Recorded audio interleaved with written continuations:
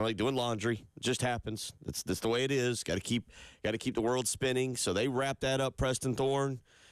They're done with the regular season. They're going to move on to the SEC tournament this week. We'll talk about that. The men, the first time since 2017, South Carolina hosted a ranked team, and they were ranked. The first ranked men's game on that court. Yes, that's the caveat. We've hosted plenty of ranked teams. Plenty of ranked teams have come. Yes. We just matched their energy this time.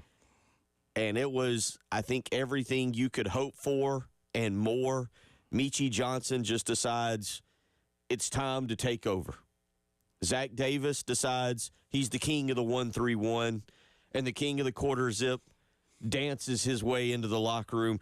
As I will remind you, South Carolina has now tied, per my records, and this was a deep dive, a week and a half ago, 2 weeks ago in the numbers segment, South Carolina has now tied the all-time regular season victory total for the University of South Carolina with a team. They tie a team that did not make the NCAA tournament, which now that I've started looking into this, and there's a lot of factors to it, we won't go down that, but still blows my mind that a 24-7 South Carolina team did not make the NCAA tournament back in 2015, 2016. Yeah, I don't know what was going on at that time, but it feels inevitable that a team with this many wins could make the tournament. So in a major conference. We need to go back and do maybe some expose on what would happen in that season, because that seems pretty strange.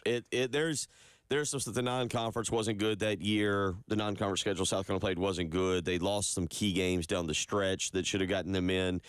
Lost back-to-back games to Georgia, one at home in the regular season, one at the SEC tournament. But this team now will have two opportunities to do something no other team in school history has done, and that is win 25 regular season games. 25 regular season games. A little bit different there than just saying winning games, including the NCAA tournament. But we will get into all that this morning. And then, look, we'll talk baseball. I don't think I'm as upset and angry as what I saw some of y'all last night, though, on the baseball. Like two one-run losses, two really well-played games by two top 20 teams. I get it. It's unacceptable to lose to Clemson, Preston, but tough weekend for the Gamecocks on the diamond. That leads to my overarching thought for the weekend. Was this a terrific weekend for the Gamecocks, or was this a terrible weekend for the Gamecocks? I would like to know, where do you stand? Terrific or terrible? My ears are open to both. Do you factor in the performance of the combine by Gamecocks? Terrific or terrible? And then I do have to ask you, is 4.95 for a quarterback good or bad? This is the big question that I feel like I need to pat myself on the back, because every day for the past 2 years, I've come in here and told you all that Spencer Rattler can't run. I said he can throw it the best of him, he can't run. Everybody's like, what you mean he can't run? I've told you all that. I don't know why anybody's surprised, but that's a whole nother thing. And what was his number again? 4.95. So Nick Gargiulo basically didn't run too much faster than he did. Correct. This is not news if you've had eyes, but listen, I've tried to tell y'all this. I don't know. We'll get into it. There's a lot. This is almost there's almost so much. It's 2 days worth of stuff here that we'll have to come back and revisit. I mean, we're not even talking about the Mike Furry press conference from Friday. There's been a lot that has occurred over the last few days. All I want to know, was it terrific or was it terrible? Starting on Friday to Sunday, Gamecock athletics. Was it terrific or was it terrible? I got to go terrific. I mean, look, I'm not gonna knock South Carolina for 2 one-run losses there. Ethan Petrie. I will say this, in terms of the baseball game. I don't know if I've ever enjoyed a performance just for sport, for rivalry. Let me ask real quick, just so I can know whether you saw what I saw. Were you able to watch the streaming the baseball game on Saturday afternoon? Were you able to put it on a stream? It was I believe the ACC network. Okay, were you able to listen to it? Were you able to listen? I listened on both days. Okay. But I was not able. I didn't watch either day. I didn't with my eyes, but I listened to the whole game on Sunday and parts of the game on Saturday. And Clemson fans, I'm going to say you have all the right to boast and brag and take within reason shots at this young man.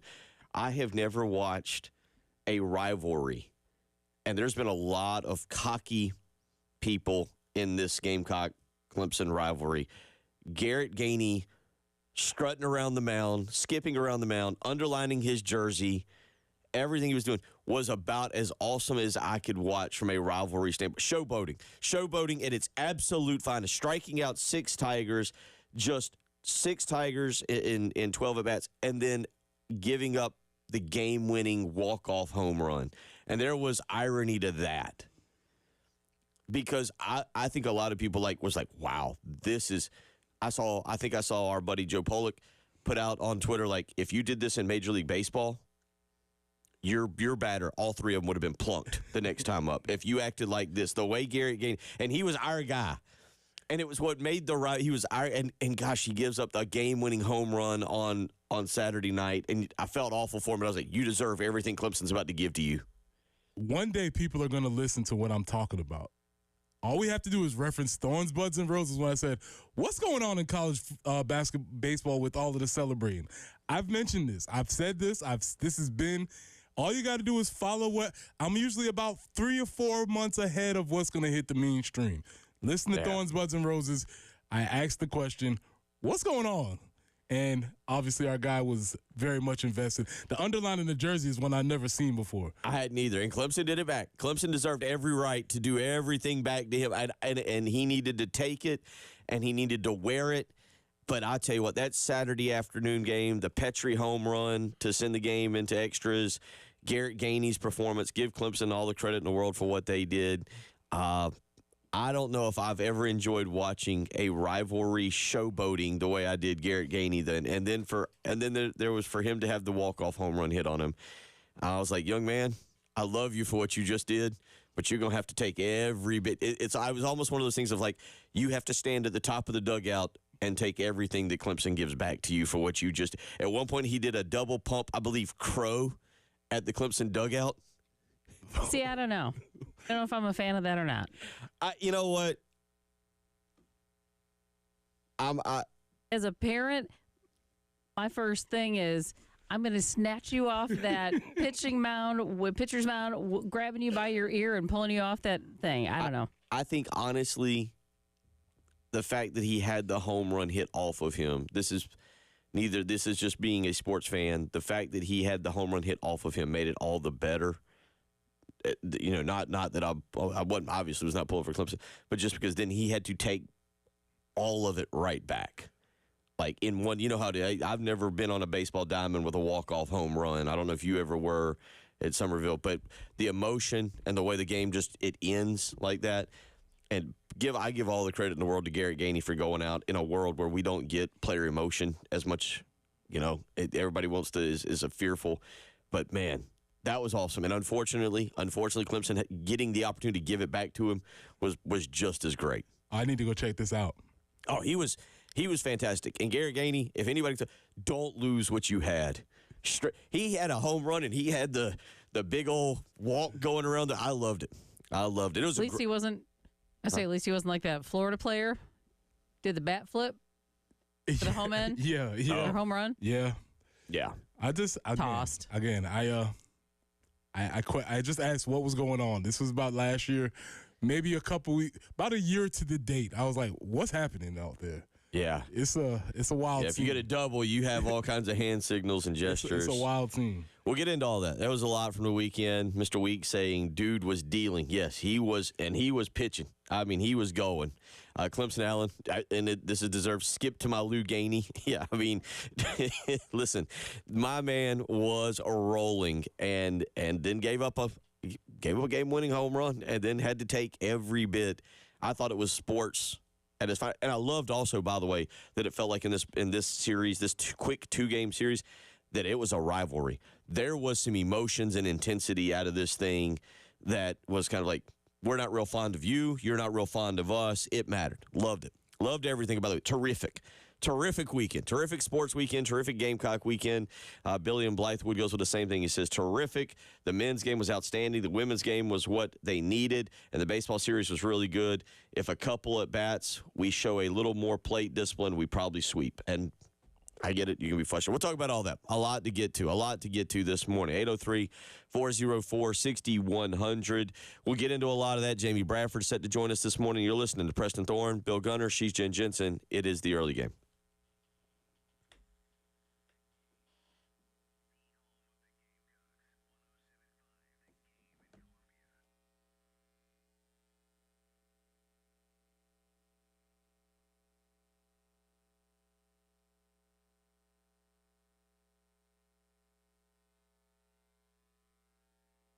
Bill Gunner for Old Timey Meat Market. Let me tell you, no weekend, even this great weekend, doesn't start without a great trip to Old Timey Meat Market with their absolute best selection of beef, pork, poultry. Man, I tell you what, alligator tail, the spring, I could do a whole 3 hours on blackened alligator tail, and it all starts with a great trip to Old Timey Meat Market. 3 locations to choose from: South Congaree, Lexington, or the St. Andrews Road store in Irmo. You need to stop by. The absolute, again, best cuts of meat that you're going to find anywhere. And what I love most, when I walk in, they know my name. They're going to know your name as well because it's a family-run business. The Derricks have been absolutely great to the Midlands for a long time, and they will continue to be. So go visit today. Old Timey Meat Market, again, South Congaree, Lexington, or the store on St. Andrews Road in Irmo. Stop by Old Timey Meat Market today. Tell them Bill Gunner sent you.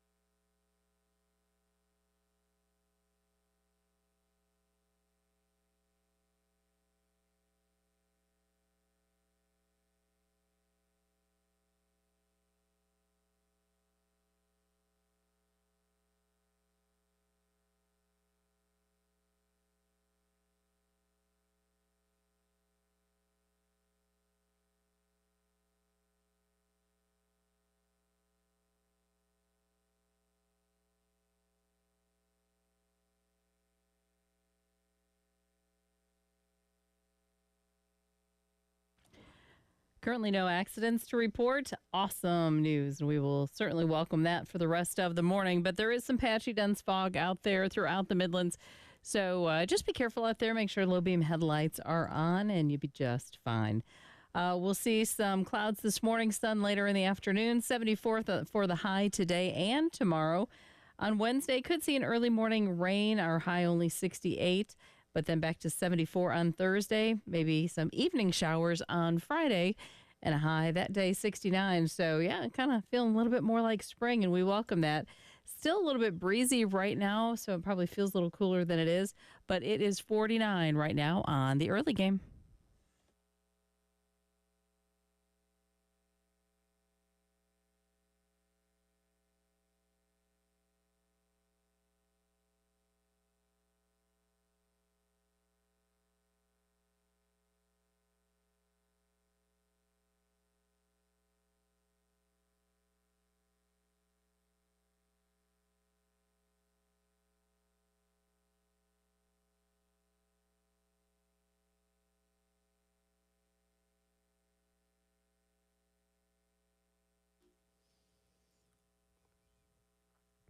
.618 as we get you up and get you going on a Monday morning. As you heard Jen say, we're starting to move into some more spring-like conditions. That's awesome. We will enjoy those. 803-404-6100. Here you go.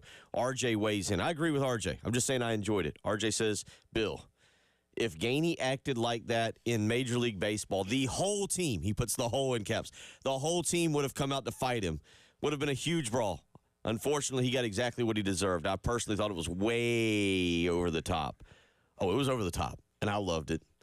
I'm not arguing with any of what RJ. Of course you did.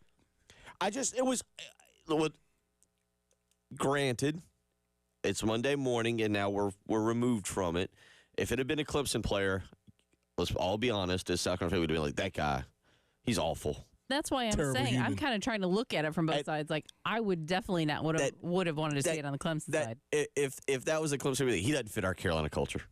He doesn't fit us. Cultured guy. And that's what and that's what I loved more about it is that it was if you were wearing garnet and black, you embraced that guy. You loved that guy. And if you were wearing orange and purple, you hated that guy. And then you loved everything you got off of getting the walk-off home run. Listen, this is to the Texas point. Yes, that would not fly in Major League Baseball. But you know what? This isn't Major League Baseball. Most of these players will never play Major League Baseball. Maybe college baseball is embracing something different. I'm just telling you, I noticed it last year. I was like, well, I don't know what's happening. But if this is what we're doing, okay. I loved it. And honestly, and I hate to say this, I even loved that he had to then eat it back with the walk-off home. The whole thing was just awesome college sport. It was good. I don't think he was cussing at him. I don't think, and it wasn't fighting. I'm sure. Well, I don't know if you could be doing all that, unless he's one of those gosh darners. I don't know if you could do all that and not let out a curse. 803-404-6100. Let's get out to the Love Chevy phone lines. Gamecock Larry wants to weigh in. Gamecock Larry, how you doing this morning? Good morning. Feeling good. Good week. Great weekend for basketball. Kind of bad for baseball, but I ain't worried about baseball right now. I ain't too, and we got the SEC conference games that's coming up, but I ain't worried. I would love to beat Clemson, but that's okay. We okay, but I ain't worried about Rattler running 5.9 to 10.2. Ain't worried about that. But, boy, what I'm really interested in is this basketball team, men, ladies and women. Wait a minute. Ladies, men and ladies, there you go. Gamecock Larry's all fouled up. Let me tell you something. I don't know. We might have, I believe we're going to have the coach of the year in both ladies and men. We're going to win we're going to win it. The ladies going to win everything. Caitlin Clark, she done got her points. She done passed everybody. She's going to the WNBA. We lost one game, I think, out of 70-something. That's about right. And that one game, I'm still saying we the national champions because we beat LSU twice. So last year, but they got the banner, so that's okay. But I'm getting all mixed up. But my drag racing team, motocross got rained out in Jacksonville this weekend. But Jimmy and CW got them ready to go. I think they're going to somewhere in Georgia this coming weekend. And you ought to get into this deal. Boy, I'll tell you something else. I'm thinking about riding in one of the races with them if they get me tied down right. And getting on in the Root Hog. I want to talk to my old buddy Root Hog. You don't call me anymore after you got this lady, the athletics director, and this state football coach.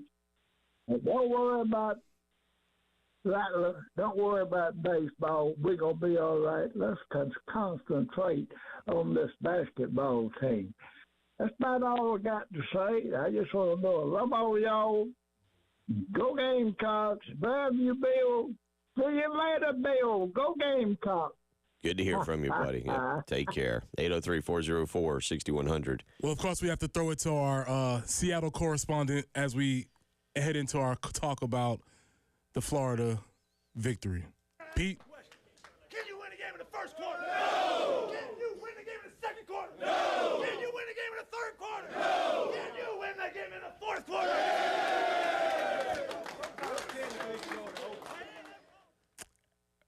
Keep this in mind. Every game. Now, obviously, Pete, we need you to make sure you understand that men's college basketball does not have quarters, so we're going to have to amend that to the first half and the second half. So you can't win a game in the first half. You can't win a game in the first part of the second half, Bill, but you can win a game in the second part of the second half. Totally contradicts the speech I gave my AAU team yesterday after I lost in the championship game. We gave our AAU team about you win the game during practice. Games are won during practice. That could be true. No. That could be true. You just can't win a game early in the game. But obviously, a tremendous game Saturday. We've run out of superlatives to talk about this basketball team and what they are, what Lamont Paris has done. It's been so much fun to watch the growth and to watch. And we talked about it last year, Lamont, when you're getting beat on the regular, and not just getting beat, but getting drubbed, it's hard to show personality. And I'll give you an example. I thought about this. I was like, hey, maybe we should have Coach Paris back on. But we don't really like to come in and talk a whole lot of X's and O's. We like to cut up with them. We like to show personality. Maybe our show's not the best in-season show for coaches because they're focused on the X's and O's. But it's been a lot of fun to watch Coach Paris coach, to learn about him this year, to see, I don't want to call his development because I feel like that's putting him down, but to see who he really, really is when he has, as he says, at least 75% of the talent that the other bench has. I mean, I think that was one of the statements that made you raise your eyebrow. He said very distinctly, if you give me 75% of the other team's talent, I can win the ball game. And I don't know how talented he thinks his teams are, but he's been proving that as we've sort of watched the games. But I don't think that's wrong to say development because last year was his first major gig. It was his first time coaching as a head coach in the Power Five. Of course, he had as an assistant coach at Wisconsin. Of course, he had the team at Chattanooga. But that was his first time with the lights this bright. And so, yeah, I think it's fair to say that he developed. And maybe when he looks back on his career, I'm sure there were things that he dealt with last year that have prepared him to deal with the success this year. It's been incredible. Now, South Carolina's run off 3 straight victories after those 2 losses at Mississippi, at Texas A&M, and Florida. A lot of doomsdayers were out there saying, oh, look at these 5. They'll go 0-5 and maybe miss the NCAA tournament. What Saturday did after South Carolina won, Tennessee then went on the road and just kind of took it to Alabama. That was a fun game to watch. 81-74. It was a little back and forth action there in Tuscaloosa. Went on the road. Mark Sears for Alabama had 22 and kind of kept Alabama in it. But Tennessee just does what they do. They're physical. They're athletic. And they're just really good, and that goes along with a defensive mindset that Rick Barnes has. Dalton Connect only scored 13 points, only 5 of 14 shooting. Tennessee and South Carolina tomorrow night. I saw this question posed on a message board, Preston Thorne. Is this the biggest basketball game for the men ever played at Colonial Life Arena? SEC first place is on the line with 2 games left. It's fun to do this. This is that sporty sports. Oh, yeah. These dorky, sporty sports conversations. My initial reaction was no, because it wasn't necessarily for the chip. But when you've reframed it that way and saying with these games left, yes, I mean, the regular season. It's fairly big. It's fairly big. It's let me sit on that one. Mull on that one. Alabama. I don't know how the tiebreaker necessarily works because Alabama is 12-4 as well. If South Carolina were to win against Tennessee is at 13-3, Gamecocks are at 12-4. There would technically be 3 12-4 teams. I'm not sure how it works out, but if you heard the announcers on Saturday talking about it, they said, was coming down the stretch of South Carolina won and Tennessee won. Wednesday night would be for first place in the SEC. We'll get into some numbers with this. 803-404-6100. We'll come back. We'll get it back more into this a little bit, get into some numbers. You're listening to Preston Thorne, Bill Gunner. She's Jen Jensen. It's the early game.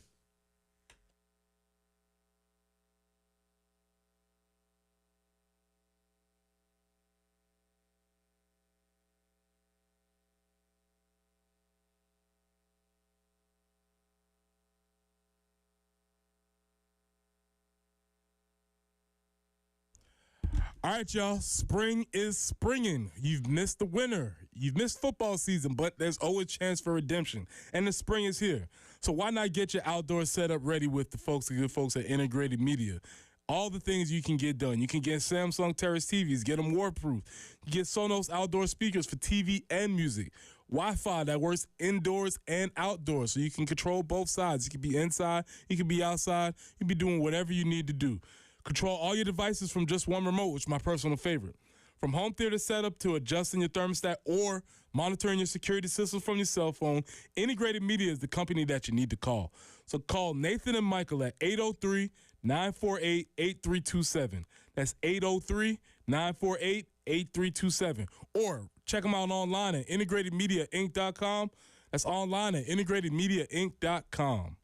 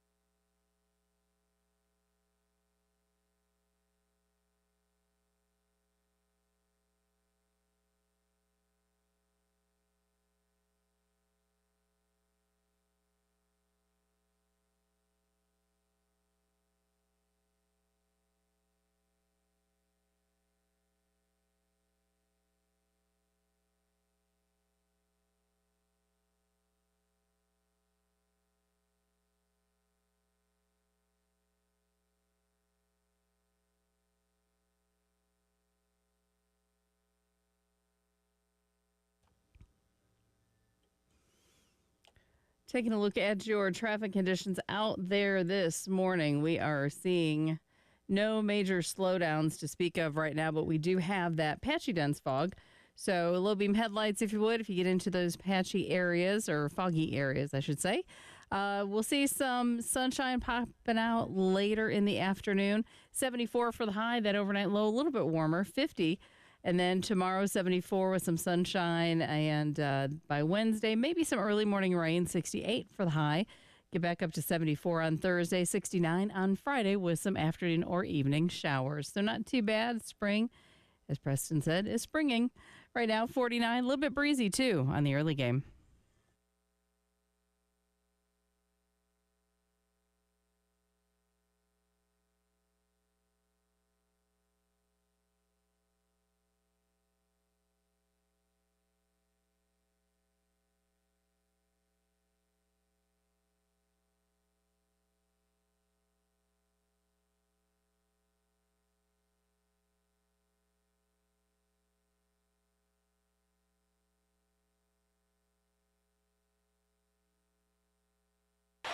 (82-76). Gators inbound. Kugel lets a three go, and you can put Spurs on this one. Michi Johnson meets Lamont Paris at midcourt with a huddle and a hug, and the Gamecocks defeat the Gators 82-76. 24 wins in 2024. Can you believe it? Yes, I can. And what a great game by Meeks. He scored how many in the second half? 21 points in the second half. 803-404-6100. How you can weigh in. That was the final call from Casey Manning. Derek Scott, Saturday afternoon, 24 wins in 2024. And look, I'm sentimental for a second. I got to admit, can't think about Baseline Jesus, about Carlton Thompson waving that flag somewhere, and how this season, in honor of him, in memory of him, how happy he would have been leading a section there, just jumping, stomping on those metal bleachers, driving all the media members. I guess the media members have been moved up into the concrete now, but what a win on Saturday, a game in which South Carolina rallies. And, Preston, I'll just ask you, have you ever been – you don't, like, you know, it's one thing for us to come in here and do radio, and you have, I don't want to say kind of a wild take or something. Not wild, but you just have a take, and you're like, and you just want it to come to fruition. Last year, for me, it was Brooks Koepka after the Masters, coming out on that Monday morning saying he's going to win a major. He's going to win a major this year, and lo and behold, he won the next one. But have you ever had a take where there's only like one or two people sitting around you? and they don't maybe enjoy it quite as much as you would like you feel like you should. I guess that's what Twitter's for, but I just didn't want to tweet it out. That's what group chats are for. I kept telling my son Austin as we were watching the game, it felt like South Carolina would run up and get within 4, and then Florida would kind of run back off, push it back up to 8 or 9. South Carolina would get it back up to about 4-3. And then Florida would push it back out. And I kept telling myself, if South Carolina can just get this thing tied, if they can just tie the game, it feels like they're going to win it. They're going to run away and win it. And lo and behold, they finally got it tied. The plays happened, the moments happened, and the next thing you knew, they not only had turned a tie game, what was a deficit, into a tie game, they had turned it into about a 4 to 6 point lead. And I don't want to say it was comfortable coming down the stretch. It wasn't comfortable, but they had about a little bit of an arm separation coming down the stretch. Yeah, and so that's the thing. So I think there's two clear indicators of why that thing got to where it was. One, we found Michi, or Michi's found himself. Michi found himself, yeah. We figured out this is the Michi that everybody assumed would be the guy at the beginning of the season, and it's really cool to watch him play through some of the valleys that he's went through this year, and he's come back the last 2 games and really has been impressive. And then on the other side, you have Coach Paris and Zach Davis making the change to that 1-3-1 zone. I think those are the 2 key aspects. So you have the talent aspect, you have the coaching aspect, and you have those things coming together. And as you said, that sort of brings about a little bit of a change. And so I think that's to me, those are the 2 key indicators. Is that a number? No, that's not a number. I do have a number because I had my number at the beginning of the game, thanks to Derek Scott. So okay. I'm listening to Derek Scott They obviously Derek and Case Manning doing a great job. I love listening to basketball on the radio. I do too. Yeah. I had my number at the very beginning of the game. Okay. Are you ready for it? Go. 10-0. Derek Scott said at the second three-pointer that Jacoby Wright hit that the Gamecocks are 10-0 whenever Jacoby Wright scores in double digits. Obviously, this game he had 16, his season high, but he had 8 out the gate.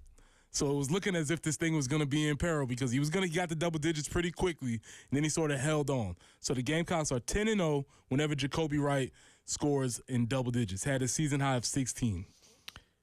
9 of 10 and 4 of 4 when it mattered most. What's that? That is the free throws from Colin Murray Boyles. South Carolina, by the way, 23 of 31 on Saturday. From him individually? Colin Murray Boyles was 9 of 10, but more importantly, he hit the 2 that tied the game. He was 4 of 4 in the final 5 minutes of the game. You know, free throws around here, it feels like that's the old special teams, right? Special teams. Can you kick field goals? Yeah. You got to do that. You got to take care of free throws. And South Carolina down the stretch. Colin Murray Boyles was fantastic on Saturday. 15 points, 11 rebounds, records that nice little double-double. Also had 4 blocks.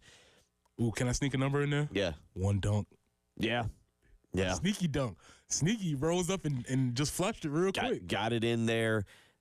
But the free throws and down the stretch, South Carolina also was fantastic from the free throw line. You go back again. I'm just looking at the final 5 minutes of the game when it mattered the most. Colin Murray Boyles with 5:32 left connected on 2 free throws to make it 63-63 at that point. Then you followed that up with 2 more made free throws from Colin Murray Boyles, and Jacoby Wright made a free throw there to make it 80-76 with 13 seconds. Put it to a 2-possession game. He missed a second free throw. Come on, Derek. Jacoby Wright. Come on, Jacoby. You should have had 17. But then Zach Davis makes the free throws there to make it 82-76 with 2 seconds left. The Gamecocks finish the game. I'll round out to make it sound a little bit better to the 5:32 mark. But the Gamecocks make 7 of their final 8 free throws in the final 5 minutes and 32 seconds to win this basketball game. We need to pull the clip, maybe for later on in the week, but we need to pull the clip of Lamont Paris saying, come on, guys, you're college athletes. You should be able to make free throws. Remember, he didn't gloss over it when they had struggles earlier. Right. I think it was against Georgia, and he was like, these guys are on scholarship. We need to be able to make free throws. And now, again, that was just one of those rare instances where the coach said exactly what we were all thinking. He didn't gloss around it. He didn't try and sugarcoat it. He's like, we need to make free throws. And I would have to assume that emphasis has been placed during practice sessions. You got another stat? Another number? 21. Michi's second half points. Oh, yeah. Michi's second half points. 21 second half points. When they needed somebody who – Michi is the person who can get shots by himself on this team. Everybody else has to sort of work through the flow of the offense, make sure conditions have to be lined up. Michi seems to be the one person who, if all things are breaking down, he can go get a shot, which is going to be tremendously important of value as we move into the tournament because we know you become more gridlocked. The game sort of slows down, which we like. But if he can go get a shot when you need a bucket, that's a great characteristic to have. It's one stat, but it's 3 numbers. 20 total, 8 and 6. Okay. 20 total turnovers. This was a well-played game. Florida's a good basketball team. South Carolina's a good This was a fun basketball game to watch, Preston. I mean, this was 2 really high-end teams going at it Saturday afternoon. 20 total turnovers. 8 is the number of turnovers for South Carolina, keeping it under double digits. We've talked about the assists. South Carolina's now up to 15.5 assists per game. That's their average on the season. Absolutely phenomenal number. And on Saturday, the Gamecocks have 13 assists. Talon Cooper had 4 of those. But 15.5 assists is what the Gamecocks are averaging. That is just 1 assist off from the all-time season high for a South Carolina basketball team. But to only turn it over 8 times against Florida, fantastic job of taking care of the ball. Cooper and Johnson each had 2. Then Colin Murray Boyles had 2. And you had 1 there. You had, as I try and look at the box score real quick here, it has a team turnover and then 1 from B.J. Mack. But absolutely great job. 6, the number of turnovers from Walter Clayton Jr., who was fantastic on Saturday, the shooting guard for Florida. But when one of your guards turns it over 6 times, that's a problem. And he had a couple pivotal ones against that 1-3-1. So here's a really interesting thing, idea about turnovers. And I don't know why we don't do this in, like in tennis, there's the concept of unforced errors where you just do something stupid. We don't have that in basketball. And I feel like we need to have it because I would love to know which of those turnovers were aided by the defense or which ones were just bad plays. You know what I'm saying? Because I think the defensive change and the shift to that 1-3-1 zone definitely bothered them. So I would love to know, and I'm sure there's some advanced analytics somewhere, but I would love to know how many of those were considered unforced errors versus being aided by the defense. 803-404-6100 will come back. Preston's got to get out of here early this morning, so we will get final thoughts from him. You're listening to the early game.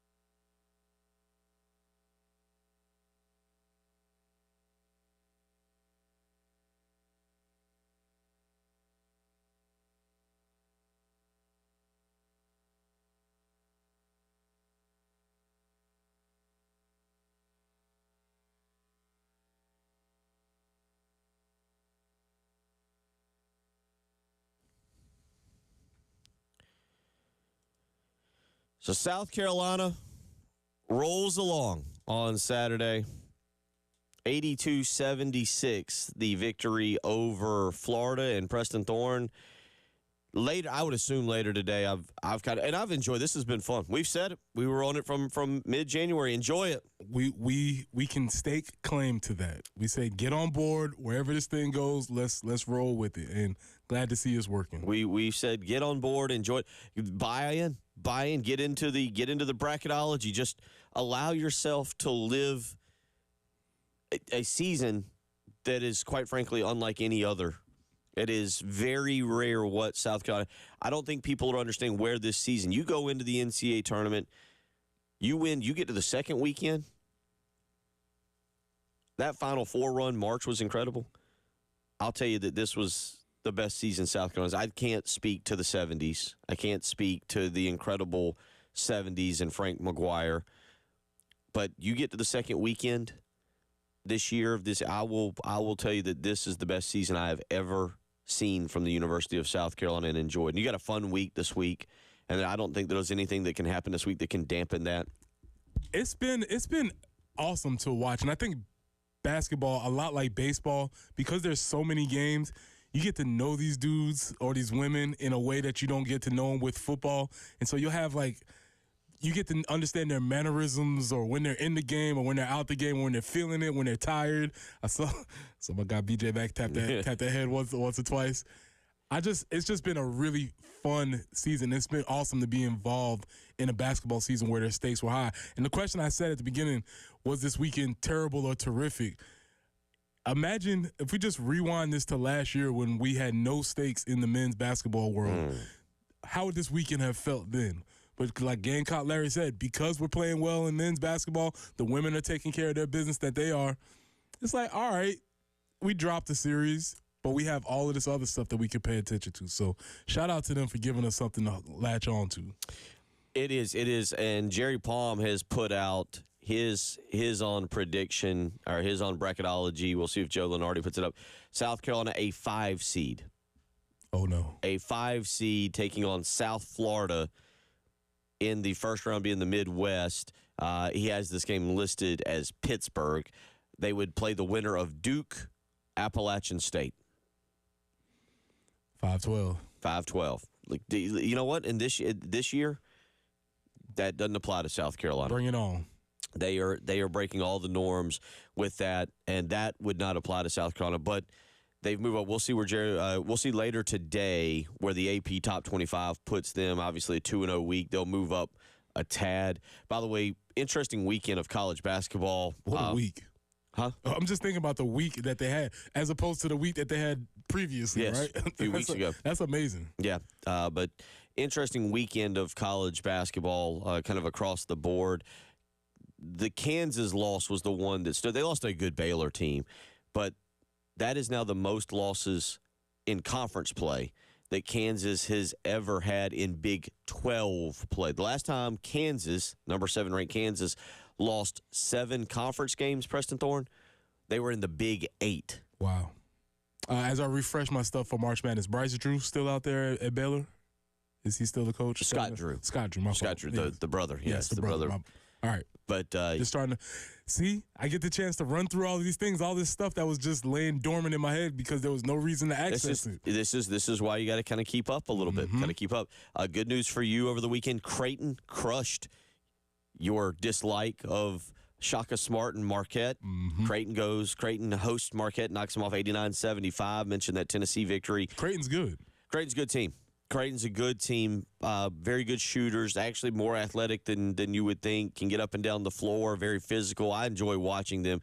If they go cold, though, you can knock them off. They've been beaten a few times when they go cold. Arizona, another top 10 team. Kind of looking around South Carolina, if you're wondering just, okay, where can they move? St. Mary's, who's in front of South Carolina at 17, got knocked off by Gonzaga. 16 is Arkansas. 16 is Kentucky. They played in just a no defense game, 111-102 against Arkansas. Kentucky has realized we're not good at defense, So we're just going to score as many points as possible, and you score as many points as possible, and we'll see how it ends after 40 minutes of basketball has been played. Yeah, that's what teams figure out throughout the season. That's when you just decide, hey, listen, we've been trying to run this defense stuff, but you know what? That's not who we are this year. And much props to Coach Cal for figuring that out. Number 13, Illinois went on the road and knocked off Wisconsin. That's another team right kind of around where South Carolina could end up. So just looking at that, I don't know how far they'll move up in the AP Top 25. Expect them to move up a few spots, maybe not as many as you would hope for. And then again, we'll get Joe Lunardi's bracketology. We'll get Jeff Goodman's bracketology. I just mentioned you've got Jerry Palms out there. South Carolina's a 5 seed, so it should be a lot of fun. On the flip side of that, again, strange. We've just gotten to the point now with Dawn Staley. We don't celebrate as much as we should undefeated regular seasons. That's just the norm around here. More so than let's not just celebrate Dawn Staley, but let's celebrate all the people that are going to the games. I saw that they broke the attendance record from last year by a significant percent. I believe it's by like 15%. They broke their own attendance record. So amazing. People are invested. And for everybody saying that we could have double Coach of the Year, I think there is a very good argument for Dawn Staley that she could win Coach of the Year this year again.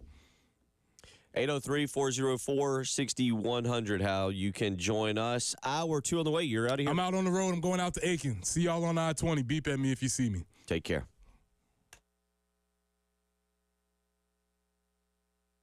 Preston here for Absolute Glass, the premier glass company of the Midlands, offering auto, home, and business glass repair. So if your glass is damaged, shattered, cracked, or broken, they can handle the job. If it's a cracked windshield, that's no problem. They will come out to you wherever you are. That means whether you're at school, whether you're at work, doesn't matter. Absolute Glass will come out to you, replace it, usually for free, and they work directly with the insurance company to take away the headache. Now, if you're looking to increase the value of your home with new windows or mirrors, Absolute Glass will take care of that for you too. Windows, mirrors, shower enclosures. I say it all the time. If you can see through it, Ray and Marianne at Absolute Glass can do it. So check them out online at AbsoluteGlassInc.com.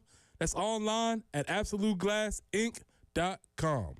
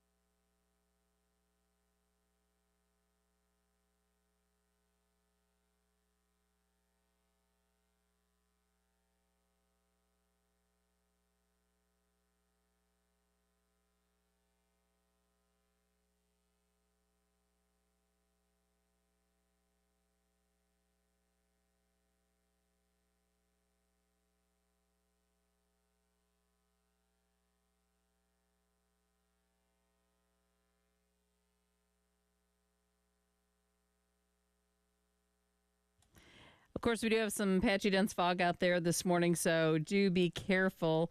There is a report of an object on the highway I-26 eastbound there at Airport Boulevard, exit 113. So just caution there. And the fog will be burning off, and we should see some sunshine later today. 74 for the high, 74 on Tuesday. Wednesday might see a little morning shower and a high of 68, but then we're back up to 74 on Thursday. Still a little residual wind right now, and 49 on the early game.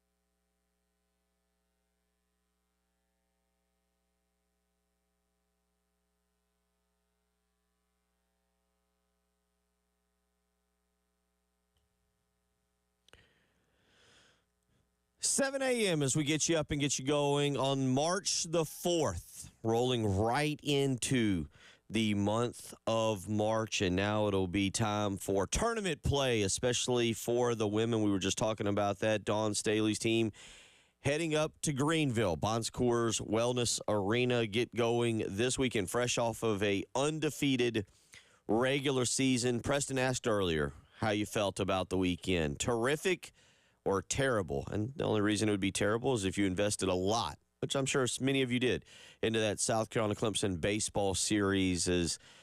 Listen, it was one thing. I get it. If you're a South Carolina fan, you can't complain, or excuse me, you don't want to lose 2 games, but you can't complain about the actual quality of the baseball games. Just fantastic games. But if you were a South Carolina fan, that wasn't enjoyable. It's no fun to lose, especially on a walk-off. A walk-off on Saturday. We talked about that. Extra innings. I mean, really, there were a lot of good things in some of the play, just some missed opportunities. You leave the bases loaded or, pretty full. That's just maddening. But overall, like you said, the play was good. It wasn't like it was a 10-1 both days or something like that. So at least they were competitive. Yeah, you didn't get drubbed. You had opportunities. You can obviously, I've seen a lot of people discussing do a play here, do a play there. I say play, but, make a change here, make a change here. Make a schematic adjustment here or there at the plate. I got it. I'm not trying to argue with anybody. Certainly when you lose games like that to your in-state rival, it brings up a lot of questions. But South Carolina baseball will get going again this week. Matter of fact, tomorrow night against Citadel, it'll be a evening game, actually, as I look at the sheets I have here in front of me. 6:15 pregame, 6:30 first pitch. That'll be tomorrow. It'll be on WISW here on our station. I tell you what, let's give you a chance to win some tickets right now. Jen, how about that? Let's give away 2 pairs of tickets to Citadel, the Citadel baseball game tomorrow night. Founders Park, 803-404-6100. So we'll take 2 winners. We'll take 2 winners. Yep. We'll take 2 callers. We'll take callers 3 and 4. Callers 3 and 4 right now can win tickets to tomorrow night's baseball game against the Citadel. 803-404-6100 is how you can call in this morning if you want to win a pair of tickets. We'll give a pair each, so 2 pairs to callers 3 and 4, 803-404-6100. Again, first pitch set for 6:30 tomorrow night over at Founders Park. So the downside of the weekend was the baseball series. South Carolina had opportunities. We'll catch up hopefully with Jamie Bradford later on this hour to talk more about that and get his take on that as the baseball team falls on Saturday. By the way, Jim in Carolina Beach asked real quick before I get into that baseball game, asks if there is a makeup date decided yet for the Friday night game. At least as of yet, there is not. And I don't know if there's going to be. There is obviously a lot of logistics with moving schedule, both sides trying to find a date. I know that we and they, but we, the media and the fans, think that this other game is extremely important. And it is, but also with going into conference play for both teams, you're not going to try and jeopardize a weekend series for a one-game showdown here in Columbia. I don't know what the odds. I've not spoken with anybody since Friday, and just chose not to harass anybody. I didn't get the feeling on Friday in talking with people that if the Friday game was canceled, that there was a strong chance that it would be rescheduled. Certainly it could, but both teams, I have not personally gone and looked down both teams' schedules. You can do that if you want this afternoon.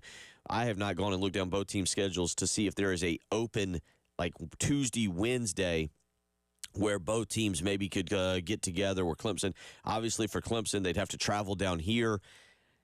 I'm not sure. I'd pay attention. I know South Carolina put out a release saying to stay tuned for information about tickets and everything. But my kind of gut feeling is that this thing, they may not play that third game. But we'll obviously, any information that comes up, by the time we get to this afternoon and Jay Phillips comes on around 3 o'clock, we may have just a little more information or a little more clarity on what they're able to look at. But if you kind of look at the schedules and you see the midweek games, again, South Carolina in particular this week playing Citadel Tuesday night at 6:30 and then a Wednesday 3 o'clock game against Davidson. So you can do the baseball, basketball doubleheader if you want, but a 3 o'clock game on Wednesday against Davidson, a 6:30 game tomorrow night against Citadel. So you see South Carolina already loaded up just this week already. Longwood coming into town, and then next week Georgia State on the schedule for Tuesday before South Carolina travels to Mississippi. So see, just using that as an example, I don't think Mark Kingston would want to, and I don't even have Clemson's schedule in front of me, but I don't know what Clemson's schedule looks like for Wednesday, March the 13th. So they're going to have to find, logistically, that may be difficult. We may only get 2 South Carolina Clemson games this season. We'll try and keep you updated again on that as much as possible. But going back, obviously the Saturday night game, Clemson gets on the board early, 2 runs in the 4th. South Carolina matches it with a run in the 5th. Clemson gets those huge insurance runs in the 8th inning. That was to me the turning point there. The home run, the 2-run home run in the 8th inning to put it away. I really didn't think South Carolina would have it in them to come back, but lo and behold, they definitely did. The Ethan Petrie home run, 2-run home run to tie it there in the 9th, top of the 9th. Fantastic baseball, fantastic theater, fantastic just, if you didn't have a dog in the fight, you're kind of an out-of-stater and you're just watching for enjoyment. It was an incredible game. Again, I know a lot of you can nitpick things. Eli Jones goes 4 1/3 innings, gives up 9 hits, allows 2 earned runs, struck out 4 in the game on Saturday night, or Saturday afternoon. Chris Veach came in, inning and 2/3, walked 3. Just didn't have what he normally has, faced 7 batters in that game, but just wasn't his usual sharp self, I thought. Matthew Becker came in, pitched 2 innings, gave up the 2 hits, 2 runs, scored there, had 1 strikeout, and then Garrett Gainey gives up the walk-off home run. Just a tough way for South Carolina to lose on Saturday night. And 803-404-6100. I know a lot of you are upset about it, about the way that went down. And again, you can nitpick certain things. I certainly understand that. But would they be more upset? They're more upset because it's Clemson now so much. I mean, had it been that we played the Citadel or someone else, would the loss not be so great to people? I wonder. No, and I that's a legitimate question, because I felt like if you get beat 6-3, 7-2, something like that in both games, I understand exactly where people are coming from. These were games that could have gone really either way in that situation, and matter of fact, let's play this. This is 21, Jen. This is Mark Kingston after yesterday's game, talking about one pitch away, certain situations. Here's Mark Kingston yesterday after the ball game. Play played great. We're a good team that played really well tonight. Again, we were one swing, one run short. It's the way the game works sometimes. That's what I told the guys afterwards. You were just part of a great game, and we get to go tomorrow and do it again. So it's all positive. I think you had 2 top 15, maybe 2 top 10 teams going at it today, and look, it was one pitch was the difference. So I'd say it was 2 really good teams. And the only thing that we didn't like about today is that we were 1 run short. It was a great day for Gamecock athletics. Basketball team won, a big game. We played our ass off all day today, came up just short, but if you're a Gamecock fan, I think you had a heck of a day today. I'll just say again, you get 2 really good, and I think we're still early in the season. We're still well early in the season. We don't know how these 2 teams are going to turn out. It's something we talked about on Thursday and Friday about maybe why this baseball series is a little more entertaining than, say the football series, because the football game, when you played in late November, you know what both teams are. It has a tendency at times to lose a little bit of passion to it. We've experienced this the last 7 or 8 years when South Carolina would come in 3-8, 4-7, or whatever, and Clemson was rolling along, and you just knew who both teams were, and you kind of knew how the outcome was going to go. We had really no clue this coming weekend, and that was kind of fun. We don't know how these 2 teams will continue to progress and what they will become, and if they would say meet in a super regional or Omaha or something like that. But this was a really, really good series between 2, I think, top 20 teams. And some of these text messages coming in, anonymous texter says we had 5 batters with sub 255 batting averages. We were upset because we understand we have no bats. Your audience is not ignorant when it comes to sports. We know what we see. Okay, so are you saying Clemson's pitchers are awful? And that's my question. Does that mean you see awful pitching from Clemson and that South Carolina should have had a lot of 803-404-6100. Okay, I get what you're saying, but now you're saying that Clemson's pitchers are no good and that South Carolina should have had a lot more hits. Clemson's number 10 in the country. I'm not trying to excuse the losses, by the way. I'm just, when you have 2 really good teams, it's kind of, I would have kind of said the same thing if South Carolina would have lost to Florida in a very close game in basketball on Saturday. 2 really good teams. You got to have a winner and you got to have a loser. South Carolina's been very good in basketball this year at pulling out games.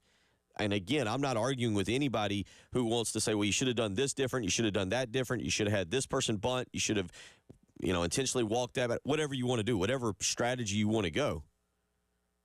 803-404-6100 is how you can weigh in. We'll try and get Jamie Bradford had a little emergency come up. We'll try and get with him. Again, you can break down a lot of aspects of this, and that texter is saying we aren't good at the plate, says 255 on the season. This was a team that I understand what you're saying there, and I'm interested to see it because the question about this team was supposed to be pitching, not the hitting. The hitting is what everybody thought would be really good, so I understand where you're going with that, but Mr. or Mrs. Tex, I thank you, appreciate you listening and joining in.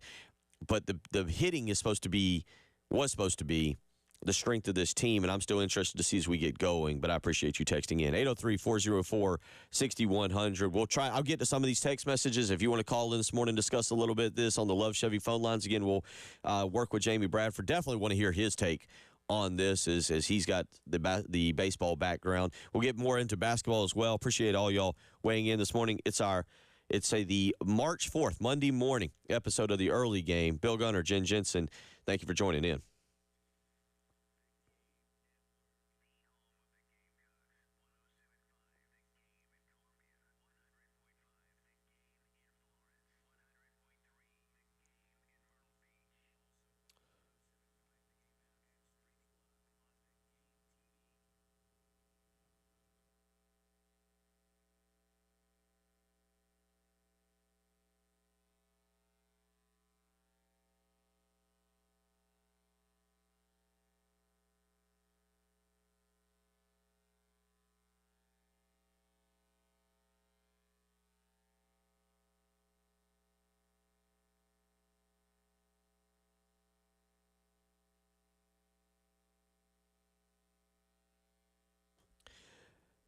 Bill Gunner for Zerust Carpet and Air Duct Cleaning. March is here. All right, the spring cleaning is officially upon us, and it's time to get a head start. Here's a hack to make your life easier. Schedule an appointment with Zerust Carpet and Air Duct Cleaning. Zerust uses their patented ZR water technology. Trust me, it does not leave behind a sticky, soapy residue. It cleans better than detergents, and again, it's something that will allow you comfort of mind to know that the pets or the kids, whomever, or yourself can roll around on the carpet and not worry about any kind of chemicals affecting you. So call Zerust today, 803-262-4020, and take advantage of their spring sale. Just mention me, Bill Gunner, at 107.5 The Game to get 3 rooms of carpet clean for $129 plus a free hallway. Again, mention me, Bill Gunner, at 107.5 The Game, and you can get 3 rooms of carpet clean for $129 plus a free hallway. You can book online, ZerustColumbia.com.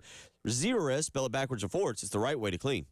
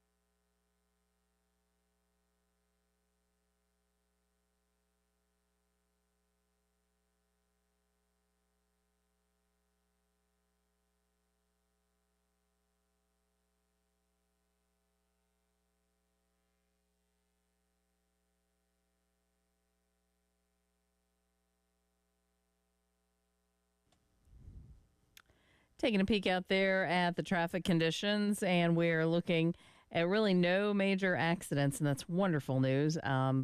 Report of an object on the highway, possibly I-77 southbound at Shop Road. Just some patchy dense fog out there, so of course we want to make sure those low beam headlights are on. 74 for the high today, some sun peeking out this afternoon. Some sun tomorrow, 74. Wednesday, could see some early morning rain, 68 for the high. Then 74 for Thursday, and an afternoon or maybe afternoon or evening showers on Friday and a high of 69. Right now, cloudy, a little bit breezy besides the patchy fog, 49 on the early game.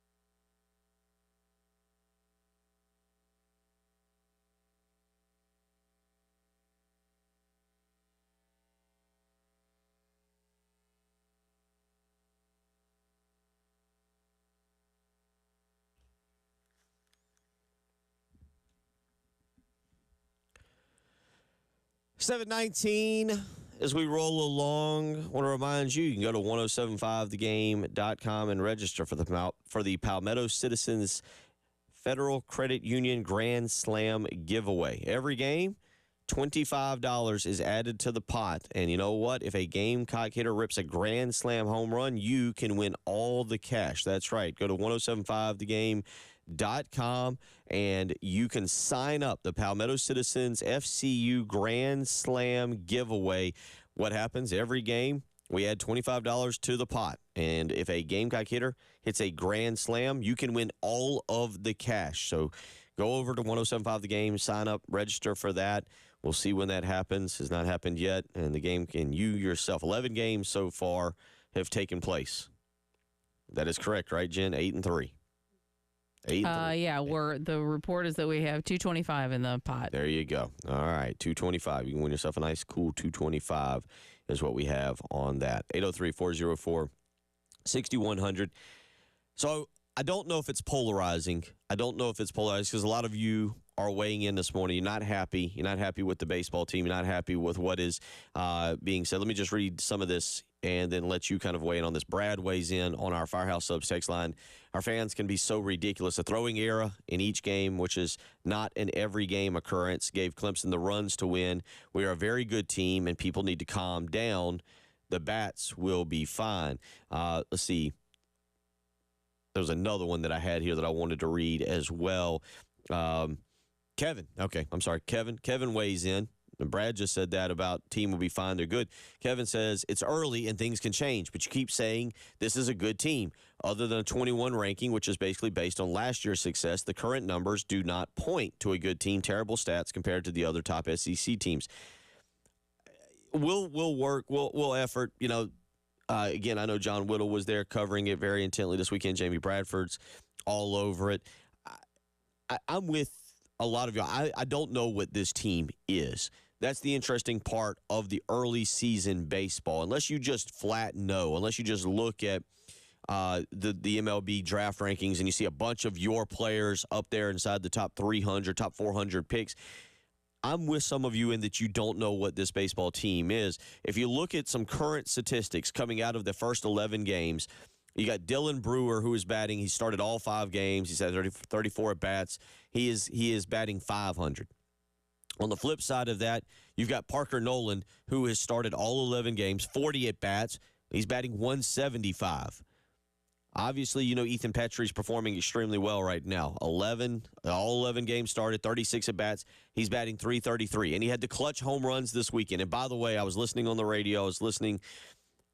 I still have not. If somebody can tell me what exactly occurred, I was heading down, I was taking the kids to a nice late afternoon dinner, and what happened for him to be ejected yesterday rounding the bases? Because at least it sounded like Derek Scott and Stuart Lake did not have much information, and obviously it was in the top of the ninth. It was in the top of the ninth, and I totally forgot about it until just now because we got out of the car. I'll be honest, we went to California Dreaming and was getting dinner. But I forgot about that until just now. But the heroics of Petrie in the ninth inning of both games, absolutely fantastic. And again, continue to add to who he is and what he is all about. Jen, do you have any? I totally forgot about Petrie because the game ended. He gets ejected. Messina gets on base. and then the game ends with the next. And so I totally forgot about it until just now. But Ethan Petrie being ejected, at least that was the call from Derek Scott and Stuart Lake yesterday at the end of the game. And so I had forgotten about that, talking a little bit of trash, I guess, as he rounded the bases, maybe letting some Clemson players know about it. But this baseball team, I think Richard saying he didn't get ejected. Okay, the radio broadcast that they Derek and Stewart said he was ejected. So right now we can try and figure that out. 803-404-6100 is how you can weigh in if you want to do that. Going back to where I was going with this baseball team, what do we learn this week? Will we learn anything? Probably not. Probably not until they go play a road series against Mississippi. You look at the schedule this week, Citadel and Davidson, and then you've got Longwood coming up this weekend. South Carolina should go 5-0. They are good enough to win all 5 of those games. They should bounce back. They should be 13-3 or 14. They really honestly should be 14-3. They should win the midweek game next week as well. They should be 14-3 when they go to Mississippi. I don't think anybody would argue with that. And then you start to find out once you get to conference play. Anonymous texter weighs in and says, in baseball, I'd prefer the slow start and gradual heat up to the late season near collapse. And that's kind of how last season was, wasn't it? Well, no, actually. No, they got off to a great start. They got off to a great start and then kind of collapsed there. Yeah. I think it was late April, beginning of May, or right around April 28th, I believe, is when that took place. So I'm with them. I think I'd rather we start slow and then just, because otherwise then the air all comes out of the balloon. You're all excited, and then 803-404-6100. I think, and you're more than welcome to call me a moron and say no, you're wrong. I think the baseball team is fine. I don't look at this 2 one-run games this past weekend. Again, I totally understand and get where some of you are coming from. The team batting average at this point through 11 games is .264 on the season. I go instantly to the strikeouts. 91 strikeouts, though, in the first 11 games. Yes, that to me, 8 strikeouts a game, that is high. A little, obviously, 8 point something. That is high. I'm totally with people on that. That's a number you've got to cut down. On top of that, right now, you've got 97 walks. Those numbers need to change just a little bit. I know that there were complaints over the weekend. People were getting a little upset with strikeouts taking pitches. This does not give me a statistic, obviously, for the number of strikeouts looking. South Carolina, yesterday did a good job, I thought, of working counts, getting pitchers deep into the count. It simply didn't work. And they lose both games. Clemson a little bit better. Clemson's also a good baseball team. It's just something we'll continue to see. And as I say, my opinion, let's get into SEC play. Give it a series. Give it 2 series at least. If you give it 2 series, we know Mississippi should be a solid baseball team, maybe not an NCAA baseball team, but a solid baseball team. You get into that, you'd have the Clemson series or what we saw of the Clemson series. You get into that, and I think you can tell me if I'm wrong, I think at that point, if you have the Clemson series, the Mississippi series, and the Vanderbilt series on March 22nd through the 24th here in Columbia, then I think you can make a proper assessment with those, what will now be 8 games, as to what this team is and what we can truly expect as we roll into the month of April. If you think you can do it now, that's great. I think as some of you said, as a team heats up, as the season goes along, you have a lot of different changes. We'll continue to monitor this team. If you want to weigh in on this, 803-404-6100, how you can do so. You're listening to Bill Gunner, Jen Jensen. It's the early game.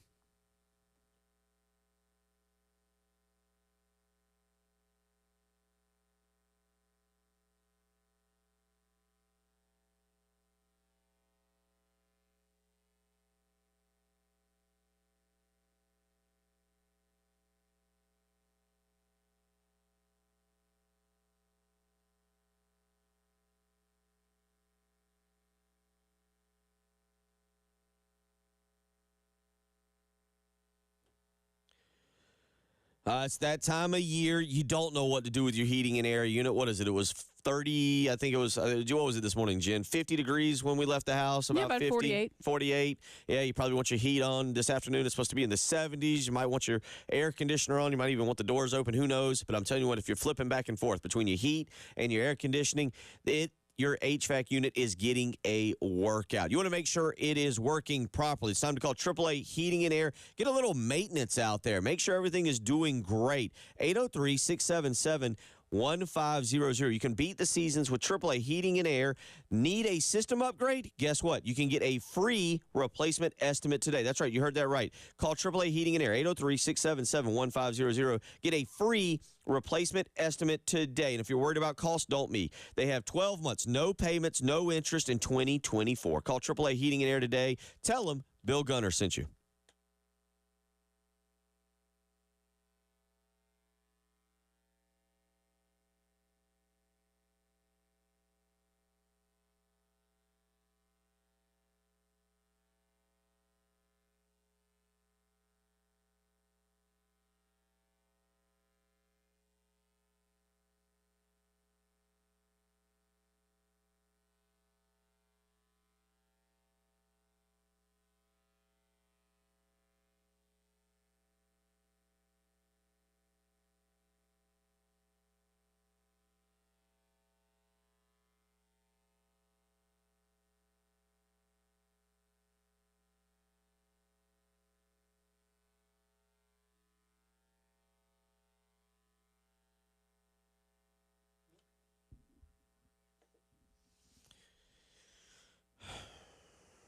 Give me just a second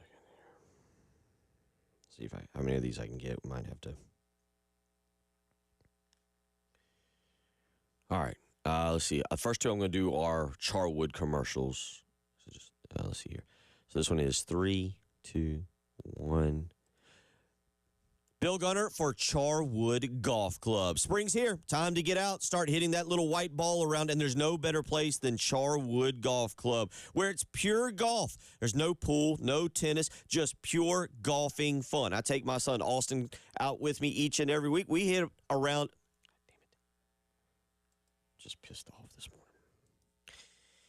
3, 2, 1. Spring is here, and it's time to get out and chase that little white golf ball around. That's right. Bill Gunner for Charwood Golf Club. And you know what? There's no better place than Charwood because it's pure golf. No pool, no tennis, just pure golfing fun. I take my son Austin out with me. We knock the ball around for 9 or 18 holes and experience a great time at Charwood because it's a come-as-you-are course. Enjoy it. Have fun. Enjoy what golf is supposed to be about at Charwood Golf Club. 803-755-2000.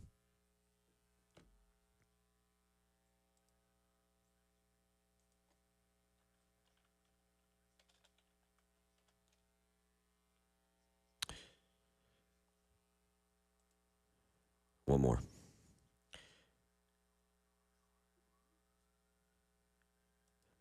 Hey, Bill Gunner for Charwood Golf Club. I know it's Gamecock baseball season, but when you're not enjoying the sights and sounds of Gamecock baseball, come on out to Charwood Golf Club. Join me, Rock Lucas, Daniel Lucas. Come have a great time. Charwood Golf Club is how golf is supposed to be played. There's no pool. There's no tennis. It's just pure golfing fun. So call today and reserve your tee time, 803-755-2000. You'll have a blast playing out at Charwood Golf Club this spring.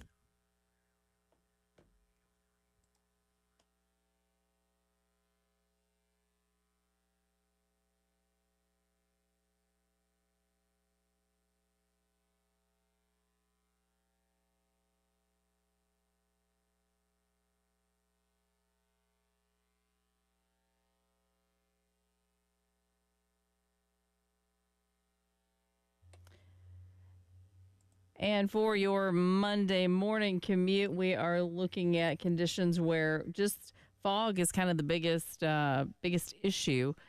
No accidents to report. Very happy to report that. And we're looking for 74 to be the high today and tomorrow. 68 on Wednesday with maybe some early morning rain. 74 on Thursday. Might see some afternoon or evening showers on Friday. 69 for the high, and actually a possibility of some rain on Saturday as well. But, a few days to make that change, hopefully.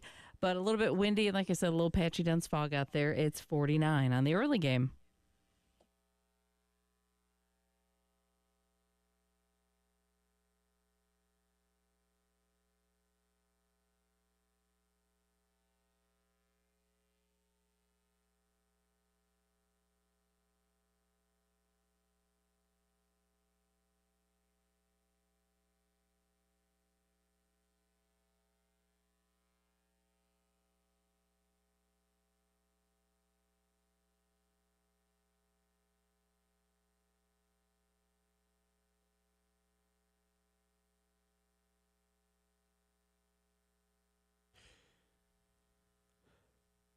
Reminder, as always,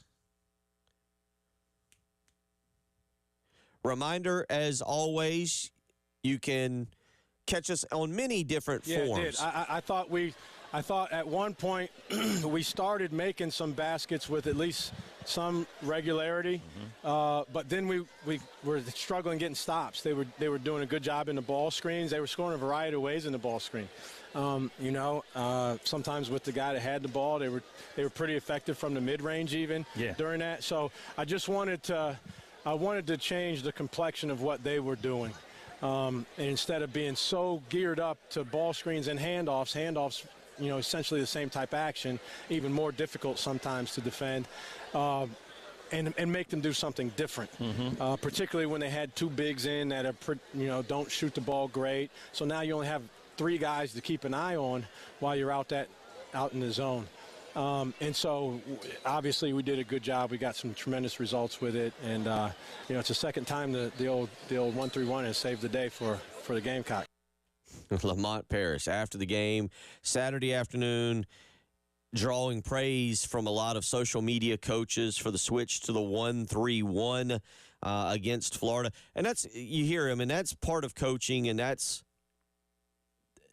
nuanced coaching. Hey, he looked out there. He saw Florida had two big men that couldn't shoot the ball particularly well, and said, all right, we only have to account for three guys. We can go to this 1-3-1. And it gave Zach Davis, who is just coming along at a very nice pace, is developing kind of as you would hope a guy develops. Colin Murray-Boyles can be the outlier, being a freshman coming in, making an instant impact. And Zach Davis did some good things last year, but this year now really his role increasing, and that switch to the 1-3-1 on Saturday by Lamont Paris, you could tell Florida wasn't prepared. They didn't know what to do with it. They figured it out then. That was good coaching by Todd Golden. I'll say this again. That game was well coached on both sides, Todd Golden and Lamont Paris. It was well played on both sides by Florida and by South Carolina, and the Gamecocks just simply made the plays and the coaching maneuvers that just one-upped Florida ever so slightly. And that's a lot of credit to Lamont Paris. You look back at the stats again, South Carolina, and I'll just before I get into the stats, South Carolina obviously trailing, but ties the game with 5:32 to go. Colin Murray-Boyles making a pair of free throws to tie the game at 63. That would be followed by a Meechie Johnson layup and then a Talon Cooper three-pointer. Florida was able to answer with a two-pointer in there. So it's 68-65. Walter Clayton Jr., who had 6 turnovers on the game for Florida, but did hit 6 three-pointers and had 18 points, tied the game back at 68. And then South Carolina would take the lead for good at that point with a step back 2-point shot from Meechie Johnson, who was fantastic. And this team, if you get into the numbers, you get into all the small things, but this team is fun to watch. The personality, the fan engagement, even watching Coach Paris on the sideline, and Meechie Johnson is kind of the soul of that team. I go back, that LSU game, Meechie wasn't shooting the ball well. He was 0 of 4. He had not scored when South Carolina was playing LSU. He wasn't having a good offensive day, but his presence on the floor meant something. And if you remember in that LSU game, Meechie gets banged in the back of the head, goes out with a concussion, and South Carolina just lost it's almost like its confidence. They just lost who they were. They lost that swagger. Meechie had a steal in the second half on Saturday. Florida had the ball right in front of their own bench. The guy tried to do a crossover. I can't remember which player it was for Florida, but tried to do a crossover. Meechie was waiting on it, just took the ball. They went to the floor. He got it, got up. Probably not something I was a huge fan of, even though I was talking about Garrett Gainey earlier. But Meechie got up, turned around, stared at the Florida bench, may have said something. His back was to the camera, or his back was facing the camera. And then he went down the floor. There is a swagger about Meechie Johnson that whether he is bricking every shot he takes, which is very possible, or he's making all of them, that it carries over to the team. It carries over to the team. And that's been the fun part of watching this team this year, is a little bit of swagger. When you go 11-21, when you're picked 14th, You're not supposed to have swagger. You're not supposed to think you're better than everybody. And I think I have to go back and look at the quote in December, but I think it was Michie who asked openly, is the SEC ready for South Carolina? And remember, it was Nate Oates and it was Alabama who, after the Alabama victory over South Carolina, said, was South Carolina ready for Alabama?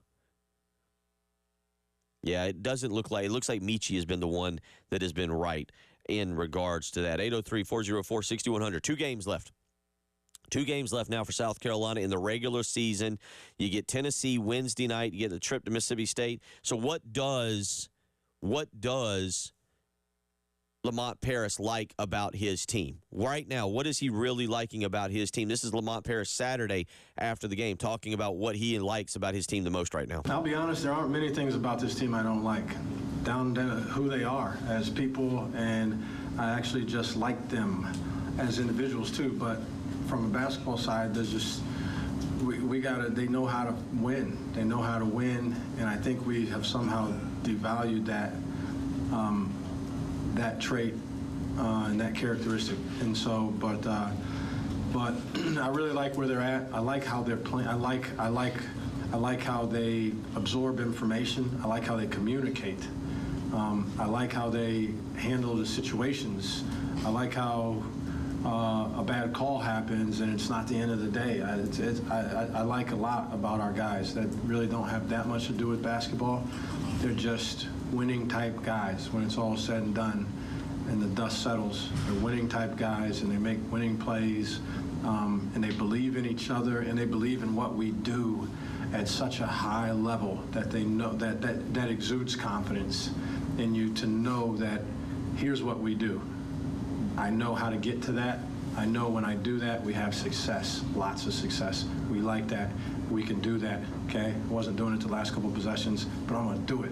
And to have that kind of confidence in what you're doing allows you to be in good positions. Then we had, we had to make some plays, did make some plays, but I really like where they are.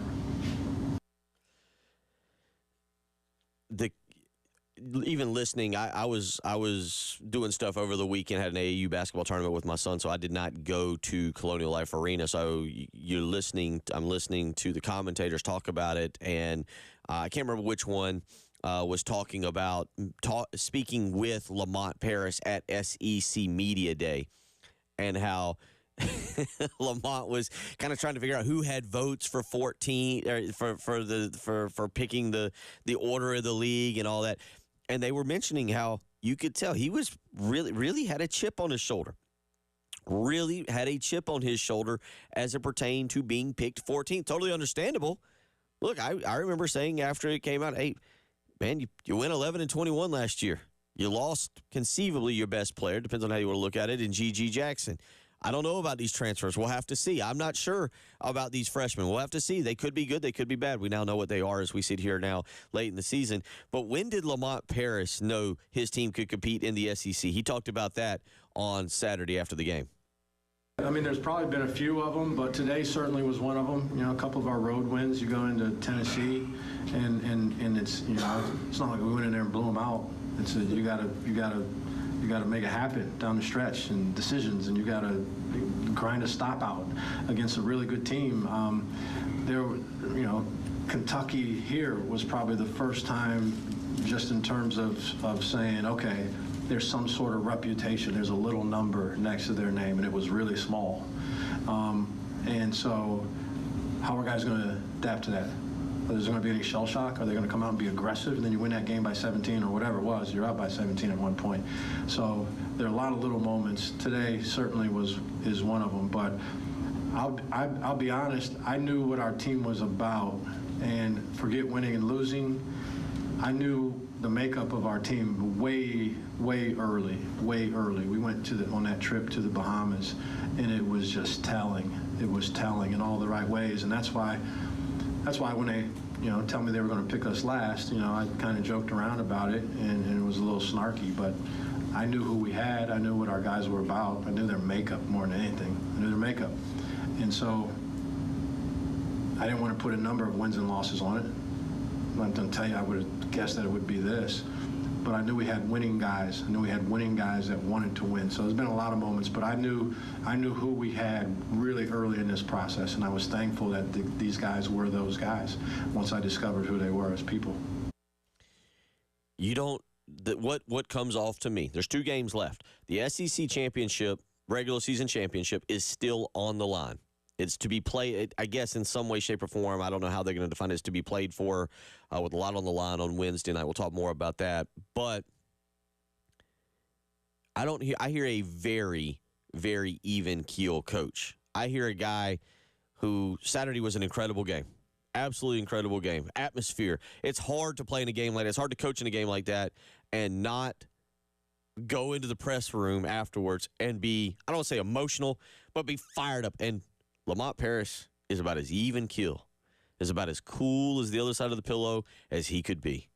We'll talk a little bit more about this if you want to weigh in. I'll get to some of these comments on the Firehouse Subs text line. If you want to weigh in on the Love Chevy phone lines, 803-404-6100. You're listening to the early game.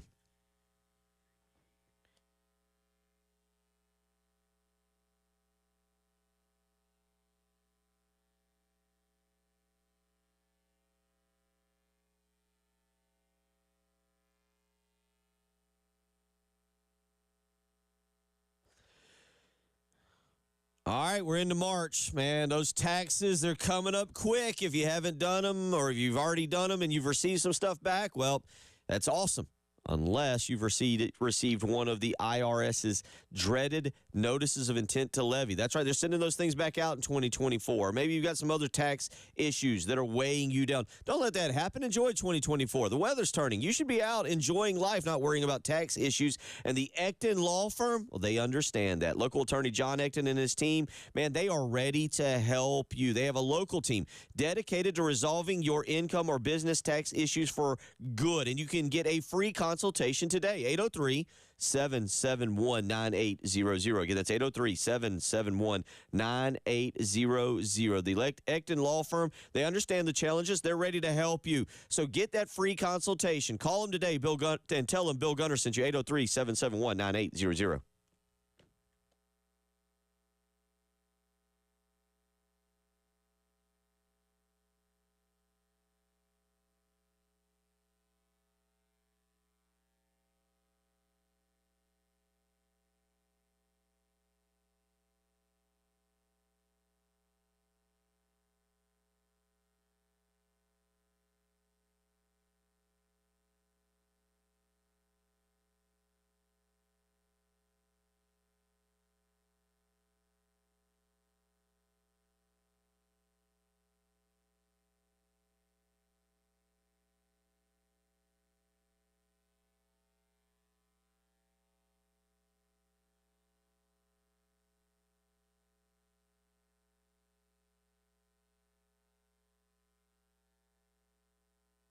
Good. All righty. In 3, 2, 1. Hey, listen, that's awful. 3, 2, 1. Coming up, April 5th. You don't want to miss it. It is the annual spring golf tournament from 107.5 The Game. And once again, we'll be out at Charwood Golf Club joining our friends, Rock and Daniel Lucas. So sign up today, 803-755-2000. It's $100. Damn it. He doesn't want me doing that. 3, 2, 1. Coming up April 5th. You don't want to miss it. It is the 107.5 The Game annual spring golf tournament out with our friends at Charwood Golf Club. We look forward to seeing you out there. Sign up today. Get your foursome together. $400 per team. 803-755-2000 is how you can call Charwood and sign up. If you're interested in a whole sponsorship, call Charwood today. 803-755-2000 and learn more about it. It's the 107.5 The Game golf tournament, April 5th at Charwood Golf Club.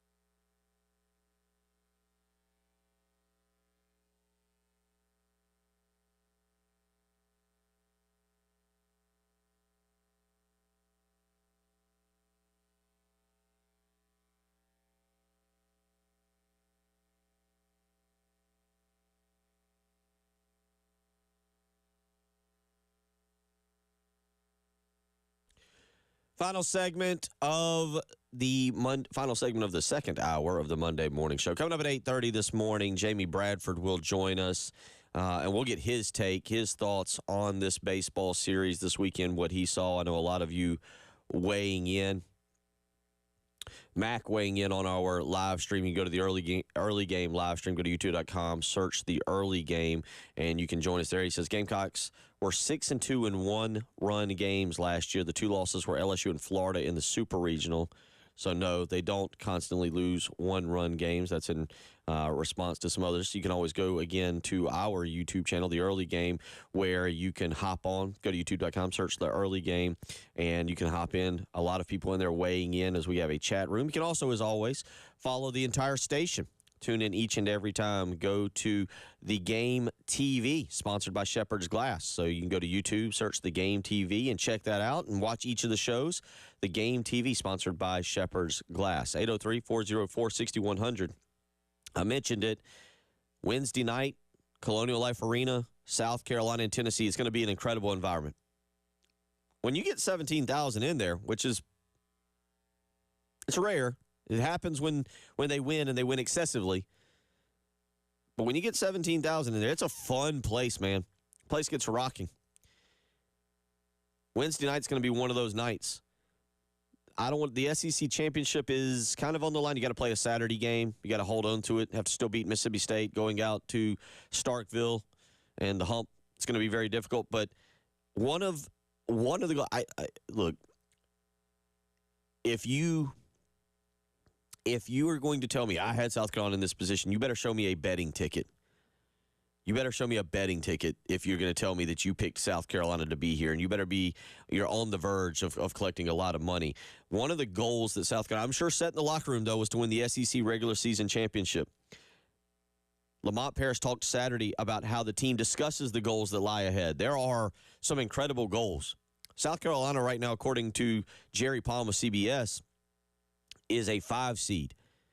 Who knows what run, and the way this team plays is conducive to March.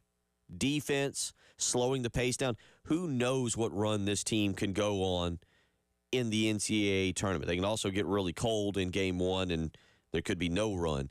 But the SEC regular season championship is in front of them. The SEC tournament championship is in front of them. Who knows what's in front of them in terms of the NCAA tournament. But Lamont Paris talked about that. It's fun for us to talk about.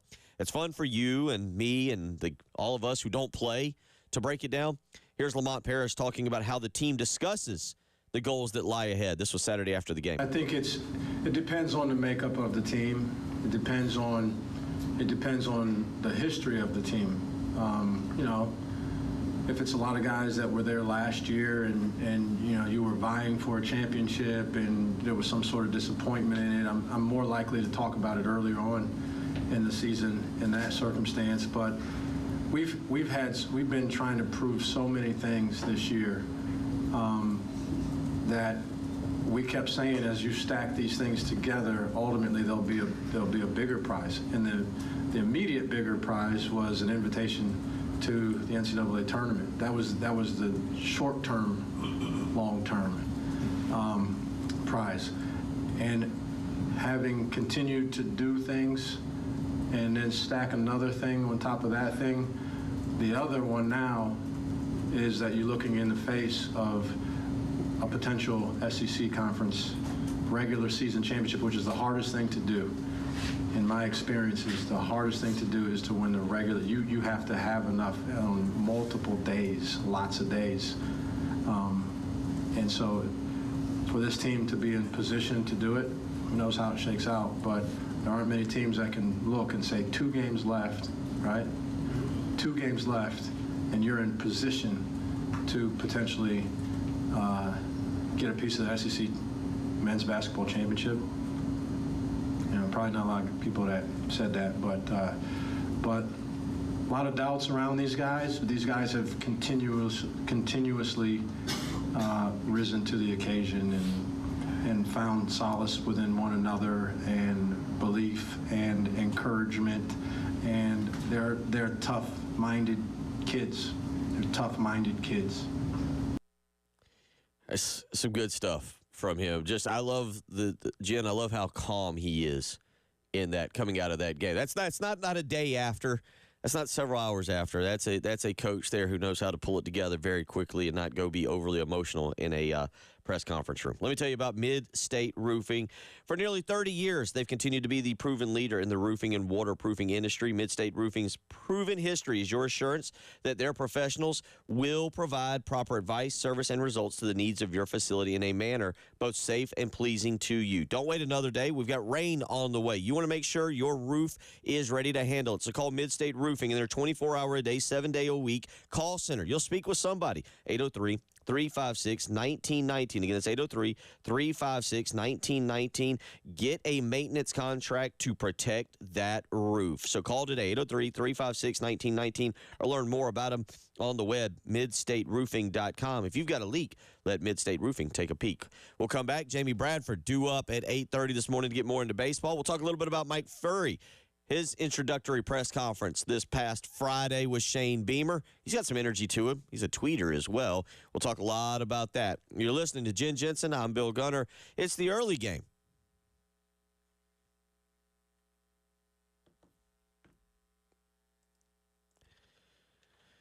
Spring is here. All right, not officially. I get it. Actually, this weekend we do have the time change. I forgot about that. This weekend we spring forward. Are you ready for that? I'll tell you what, if you are, you know what that means? More time to swim in your own backyard pool. That's right. You want to make sure that pool is clean and ready to be used. You don't want to get into May or June and still be looking at the pool and it's dirty. You need to call Corley Pool Solutions today. The pool guru, Tracy Corley, is ready to come and have that pool ready to be used. 803-445-8109. They believe in providing the absolute highest quality swimming pool service at the most affordable price to you and your family. You know what that means? Flat rate pricing, including all of the chemicals. You know exactly what you're paying for. There's no hidden cost, no hidden fees. They tell you what the price is. It's flat rate pricing, and it includes all of the chemicals. More affordable for you to call Corley Pool Solutions than to try and maintain yourself. So call Corley Pool Solutions today, 803-445-8109.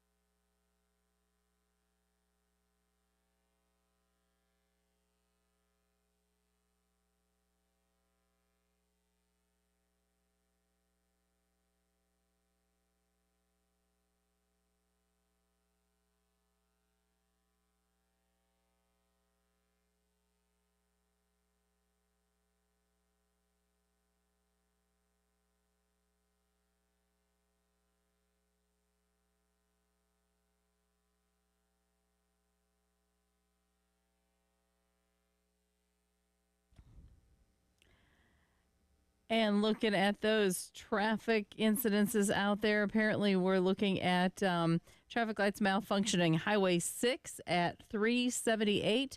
So police are on the scene directing traffic. So please mind your manners. Be patient, and he'll get you through there. Again, that's Highway 6 at 378. Also, an accident, St. David's Church Road at Augusta Highway. Two Notch Road at Highway 178. And Broad River Road near I-20, an accident there as well. Some patchy dunce fog out there this morning, and we are seeing, looking for a high today of about 74. 74 tomorrow, 68 with some morning rain on Wednesday.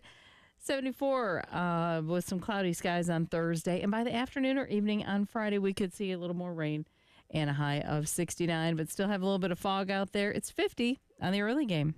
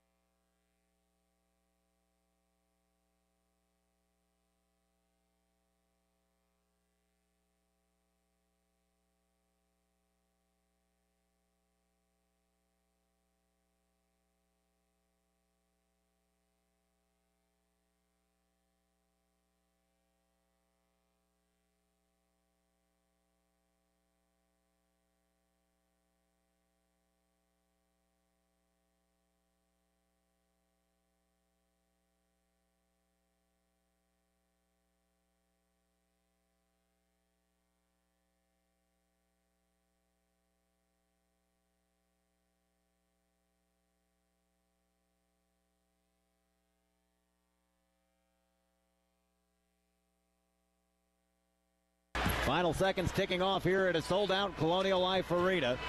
Spear tied up, ball knocked free, stolen away by Fulwiley, and that'll end it. For the second straight year, the Gamecocks have gone undefeated during the regular season and undefeated in SEC play. They knock off Tennessee here for the second time this season, 76-68.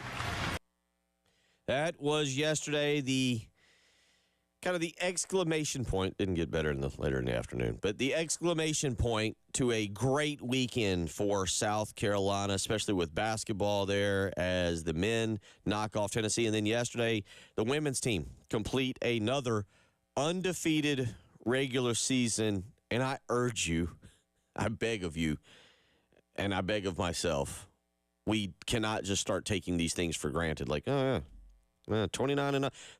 29-0. Yeah, that's what happens. That's how it works. It's just what's women's basketball. No, it's not. It's not. What Dawn Staley and this team continue to do, 16-0 regular season in the SEC, it is beyond remarkable. And it's a shame. It really is. It is a shame that this team will be judged entirely on winning a national championship. Now, that is when you have your program, and that's what Nick Saban did at Alabama.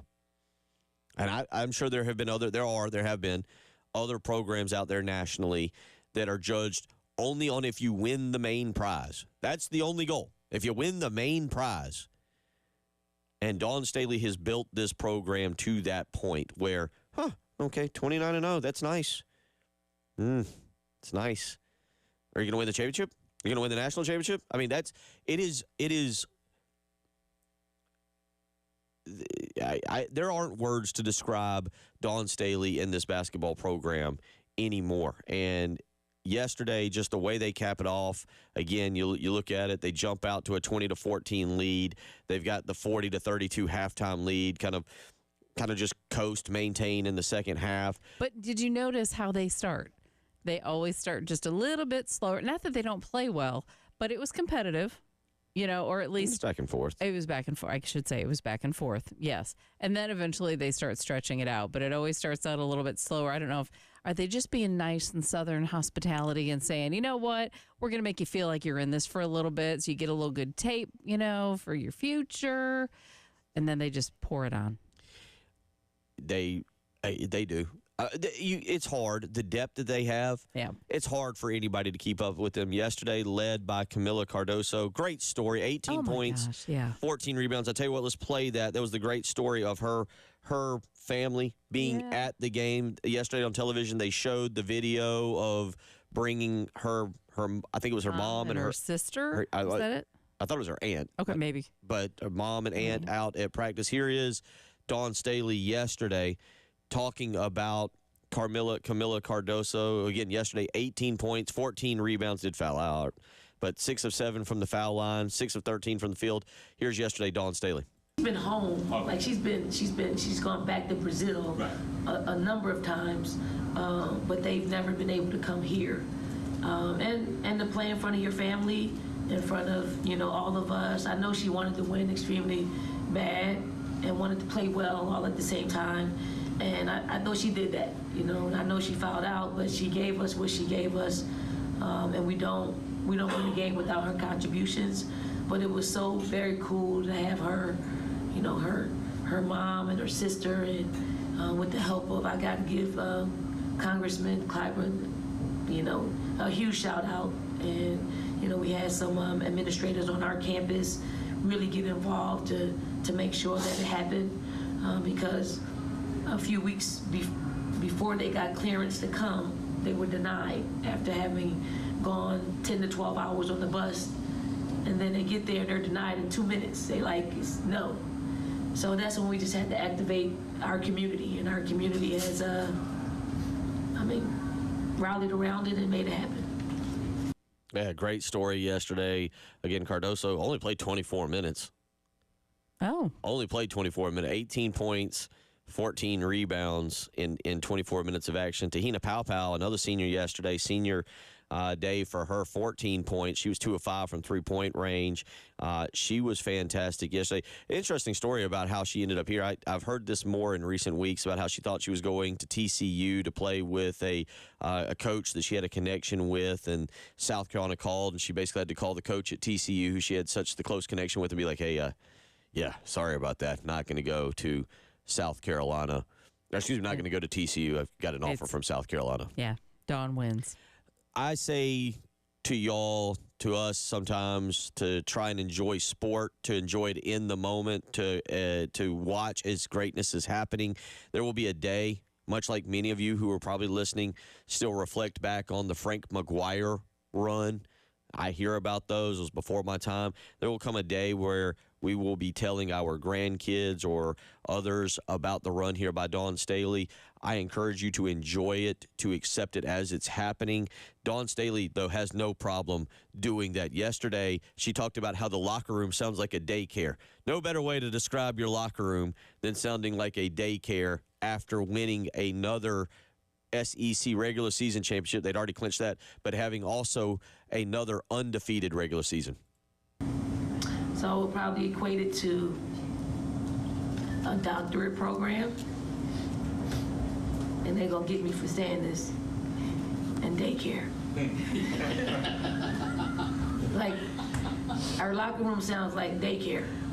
Like, it's so much talking. Like, it's so much talking about nothing that, and we, in the beginning of the season, we would just say, be quiet, and now it's just who they are. It really is just who they are, and it's it's their identity, and we really don't fight that battle. We just put our earplugs in and keep it moving. Alan. So now they get ready for the SEC tournament. They turn their attention to that. They will play Friday. So they get the 2-game bye Friday at noon, so you can prepare yourself accordingly. The women's tournament up in Greenville if you want to go. Bon Secours Wellness Arena. It'll be Missouri and Florida, Kentucky and Georgia that'll start on Wednesday night on the women's side. South Carolina will play the winner of Texas A&M and Mississippi State. Again, that will be Friday at noon, so plan accordingly for that. But now they'll turn their attention to their next goal. And then, obviously, we'll look forward to them coming back here and hosting a regional, much as they do now pretty much every year. It's just part of our spring ritual. They'll host the NCAA tournament here at Colonial Life Arena, the first round, and we'll see where they go. unanimous number one.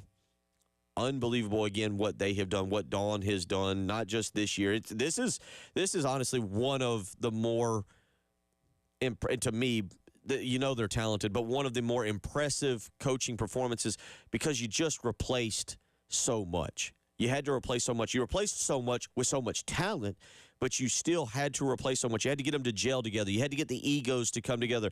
Look at John Calipari. John Calipari normally has as much talent as anybody in the country.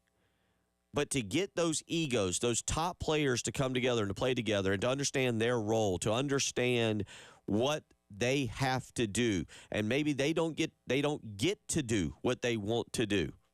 I'm pretty sure Malaysia Fulwiley would like to shoot a tad more. Ashlyn Watkins has stepped up in the most recent weeks and really shown to maybe be the star of this team. But Fulwiley, boy, she's good.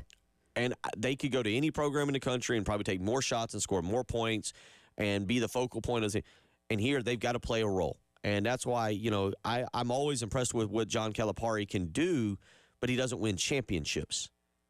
Shoot, he really doesn't even make Final Fours right now if you really look at it. And those are talented teams. You look at the team he's got now, there's going to be some really good NBA players. Not, you want them to be college players. The fan base wants them to be good college players. Dawn Staley does a terrific job of getting that out of her team. 803-404-6100. That's how you can weigh in if you want to do so. A couple of y'all weighing in on the Firehouse Subs text line as well. And, again, it's one of those things where you look at the weekend as a whole, men's basketball, women's basketball, and baseball. You had a lot of good. Preston opened the show asking about terrific or terrible, because I get it. Some of y'all, you're fully invested in baseball, and you're going to be like, oh, man, what a weekend. Lost 2 to Clemson, 2 one-run games. I had a stat on here, 4 of 37 with runners in scoring position. So a lot of you upset about baseball. I get it. You have every right to be. I'm not trying to tell anybody not to be upset about baseball. I'm trying to look at it a little objectively and realize it's a long season and they lost 2 one-run games that they easily could have won.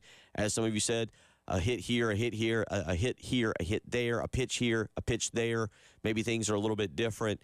That's the bad side of the weekend. The good side, South Carolina in basketball is rolling along. Both teams, men's, women's. Women's regular season now wrapped up 29-0, 16-0 in the regular season for the SEC tournament. Fantastic weekend. We'll get into some other stuff as well. Let you hear a little bit of audio from Mike Fury as well. That got shoved to the back burner. That was Friday. Shane Beamer introduced Mike Fury, and boy, is he an energetic guy. We'll let you get a little bit of that information as we roll along. You're listening to the early game.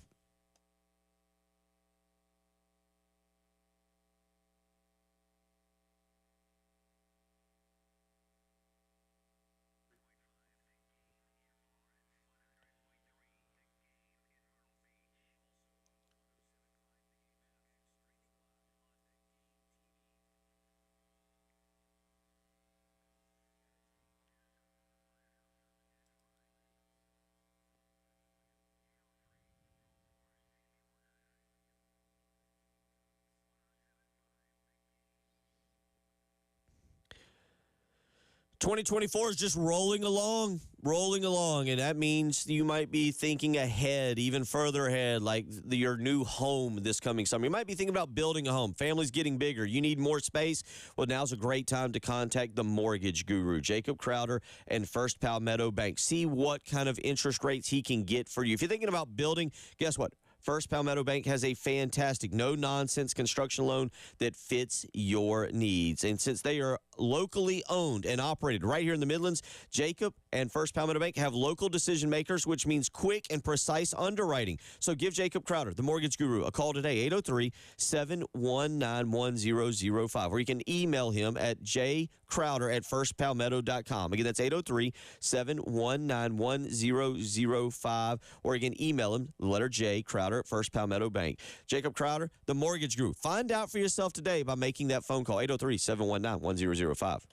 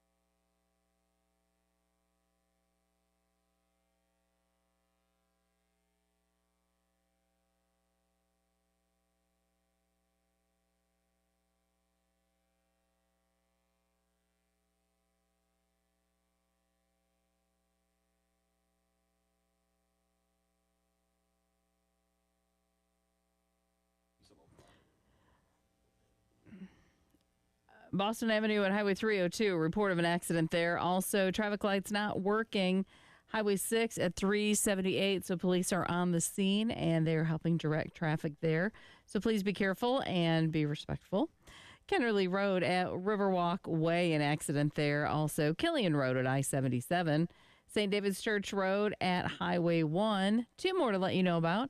Two Notch Road at Fairview Road and Broad River Road near I-20. So things definitely picked up this morning. Be careful.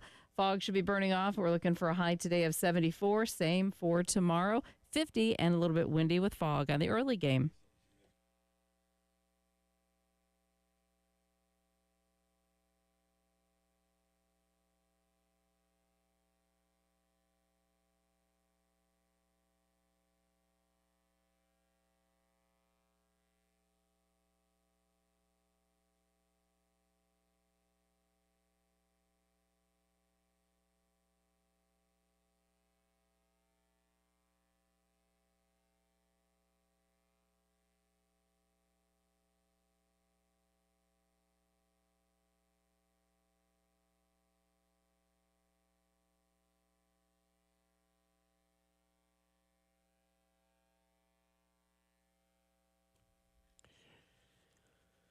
$8:18. As we roll along here on your Monday morning, Bill Gunner, Jen Jensen, Jamie Bradford will join us coming up in about 12 minutes here as well. We'll get back into the baseball discussion. Let him weigh in on what he saw this weekend, what he thinks, and let you hear that. So Jamie Bradford due up here in about 12 minutes. Talked a lot of basketball this morning, both men's and women's. And the other thing from the weekend, last Friday, kind of buried in all of this, Shane Beamer introduced Mike Furry to everyone as the new wide receiver coach here for the University of South Carolina. I'm not going to try and tell you that this is a great hire or that this is a home run hire and this is what pushes the wide receivers over the top. I have no idea. I have zero idea. And I think I've just become that way because now I just want to see wins. I just want to see them go out on August 31st, and I want to see them push around Old Dominion. I want to see them be physical. I want to see the offensive line actually shove somebody back. I want to see wide receivers get open. I want to see competent play calling. I want to see people coming off of the edge and sacking the quarterback. I want to see a team that looks like they're going to make a bowl game. It's an awful attitude to have, probably, but that is the way I am at want to this see point. him rough him up. Let's go. I just we're in for the fight. I've been pushed to the limit where no longer am I just going to hype anything up. Lenore Sellers could win the Heisman, but no longer am I going to just get overly excited about news here in March, April, May, June, July, and August. I want to see it on August 31st. One interesting thing that was said, and we will replay this later. I had it on the list to play today, and then Preston leaving. He had to go. It's Read Across America Week, by the way. Preston will be out until Thursday. It is Read Across America Week, and we do want to promote that as well. But Shane Beamer addressed an issue that a lot of you have brought up here on our text line or in phone calls, and that is the development of wide receivers. This is an interesting comment. Listen closely here. This is Shane Beamer last Friday during the press conference, Mike Furry, introducing him, but he talked about the development of the wide receiver position group over the last 3 years. Just looking at our wide receiver group as a whole, wanted to get someone in here that can develop our guys a little bit better than what we have. And the fact of the matter is, if you look at who we were playing receiver with last season, it's guys that we inherited, that were here when I got here as the head coach for the most part, or transfers that we had brought in. Had been a little disappointed, and again, it starts with me as the head coach. I've been a little disappointed with the freshmen that we've brought into a program that we recruited and their development. You know, obviously Nick Harbor played a lot for us last season, but beyond Nick, there really hasn't been one in the last 3 seasons, and that can't continue. There's a lot of you who have said that. There's a lot of you who this morning can say, I said that. I know. He's right. Should have been fixed earlier. Whatever you want to say, it's an interesting concept there with him. Is he throwing Justin Stepp under the bus? Is he pointing out the truth? Is there truth to that? A lot of you have mentioned, hey, look at what Justin Stepp did with Josh Vann. Josh Vann, of course, as Shane Beamer just pointed out, wasn't an inherited wide receiver, but Josh Vann did at least perform under Justin Stepp. Juice Wells in year 2 was a transfer. Again, not a guy that they recruited and brought in. And then this past season was Xavier Legette. Again, a guy that they inherited. Now, what does that mean?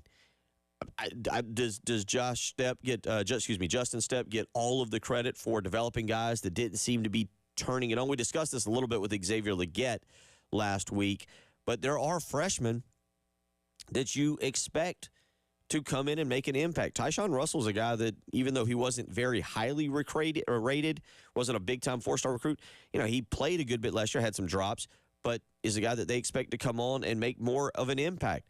Mazeo Bennett is a guy that they're looking at this year to come in here and make an instant impact at the wide receiver position.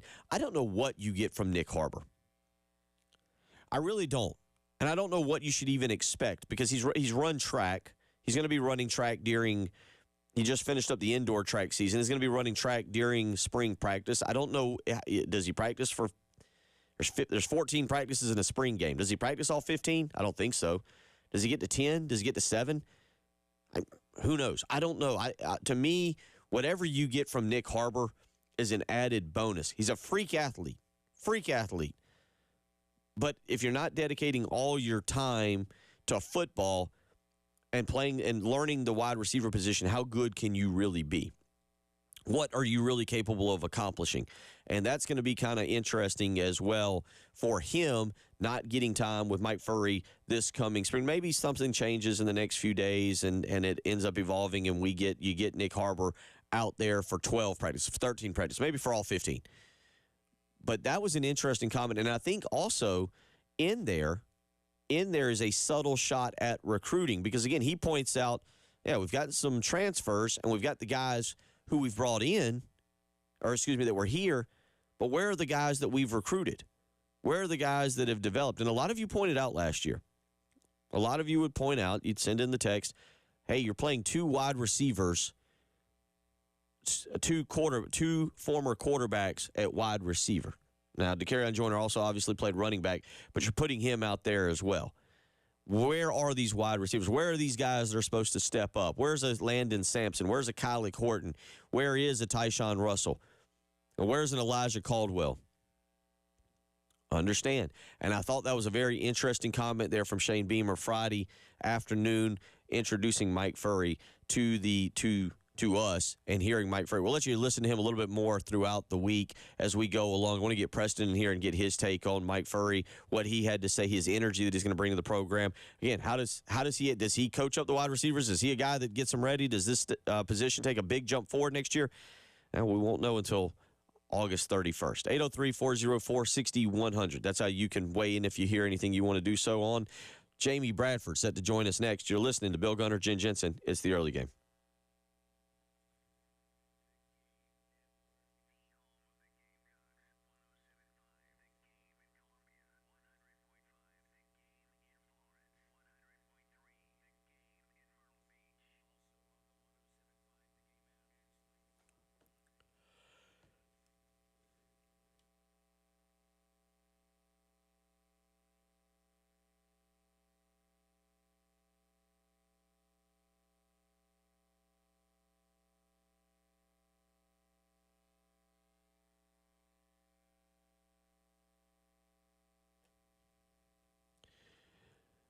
Bill Gunner for Love Chevrolet. That's that time of year where the best deals are at Love Chevrolet, and there's a reason why, because they take care of you. That's right. They've taken care of families in the Midlands for over 60 years, and whether it's a Tahoe, a Suburban, a Camaro, a Traverse, whatever it is at Love Chevrolet, because right now they have the largest selection of vehicles anywhere in the Midlands. 14 acres to be exact, and you know what? Not only that, they have the absolute best prices. They don't sell above MSRP. It's one of the reasons that they've been voted the absolute best in the industry multiple times. So go visit Love Chevrolet, I-26 in Harbison between Lowe's and Frankie's Fun Park. You can visit them on the web as well, lovechevy.com. Don't forget about that $1,000 low price guarantee where you can shop other dealerships, take their deal back to the folks at Love Chevrolet, and they will top it. That right there is honesty and integrity. Visit Love Chevrolet today, and together, let's drive.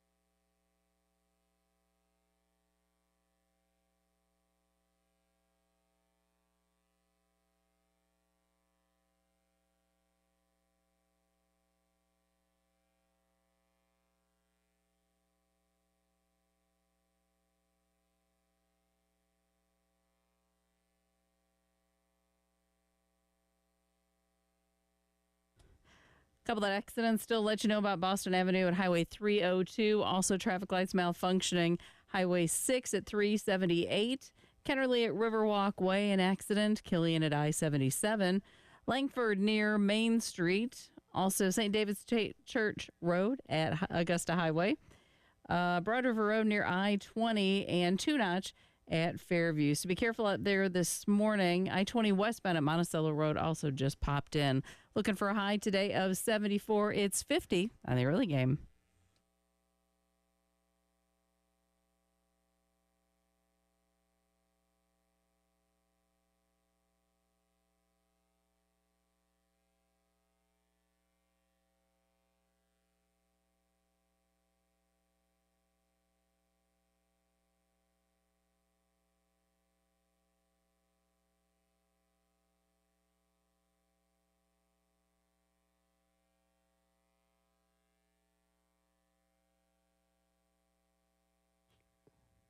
.31 as we roll along here on your Monday morning, March the 4th. I do want to pass along sad news real quick. I hate to do this right before this segment. I meant to do it at the end of last, but some sad news yesterday being reported.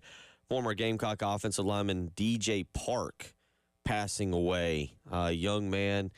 I saw Sean Elliott put out a tweet on him last night. No real details as to his passing, but some sad news there. So keep DJ Park and his family, former Gamecock offensive lineman, passing away. I believe he was in the 2013 class or in that area. So, again, relatively new, relatively young man, and thoughts and prayers with he and his family.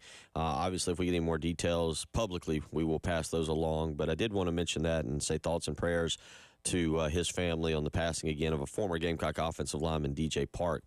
I guess Saturday or Sunday over the weekend. I saw, again, the tweet come out yesterday. Joining us now, as he does each and every week, a little later, had some family duties this morning, Jamie Bradford, to bring some sense to this baseball. Jamie, let me ask you this before I ask your opinion, because we had some debate on this. I was listening yesterday. I was listening on the radio. Did Ethan Petrie get ejected yesterday? Or it's Stuart Lake and Derek Scott, I think, said he did. I thought they said he did. That's why I think he did. Do you know if he was ejected in the ninth inning? I thought he was too, but then I kind of learned differently. So I still don't really know. I'll find out. I'll find out this morning, but I haven't had a chance to dig into it yet. He said something to the third baseman, and I love Ethan. He is an outstanding kid, but when you're losing on the road to your rival, and you're still losing even after that home run, chirping around the bags. That doesn't make a lot of sense to me. So had they come back to tie it and he was thrown out of the game, think about how big of a blow that would have been for something that is just that's ridiculous. You don't need to do that. Yeah, irrelevant to what actually happened because, as you mentioned, the game ended. He never got a chance to either get on the field or have another at bat. But it is well known my quality of show prep here. And earlier we went back and forth on that for a second, and I was like, listening on the radio, he was kicked out. He was ejected, but maybe he wasn't. There's, to me, 2 one-run games, 2 great games, both sides, and I loved it. I thought, speaking of what happened with Petrie, Garrett Gainey on Saturday night, I loved that. I loved it, and I kind of even loved the fact that he gave up the walk-off home run and had to eat everything that he had given to Clemson. It was, I thought, as fun as you could ask for. It just didn't go South Carolina's way. If South Carolina wins 2 one-run games this weekend because things go the other way, people around here are probably taking today off after everything basketball and baseball that occurred. It just, for whatever reason, didn't go. Now, what's your take on that? Well, yeah, so, look, they got some work to do. That offense is going to be fine. They're loaded with guys who can perform offensively, but they're really right now trying to figure it out, and they're pressing because of it. They were like 4 for 37 this weekend with runners on base. That can't happen. Like, Bill, that's bad, really, really bad. And of those 4, I think at least a couple of them were home runs. And there's the live and die by the long ball saying, You don't really want to do that. It's good to hit the long ball, but somebody has got to be able to step up to the plate and pepper one into the gap when you need it and get some runs home. I mean, so you're talking about 4 for 37, so just think about this for a second.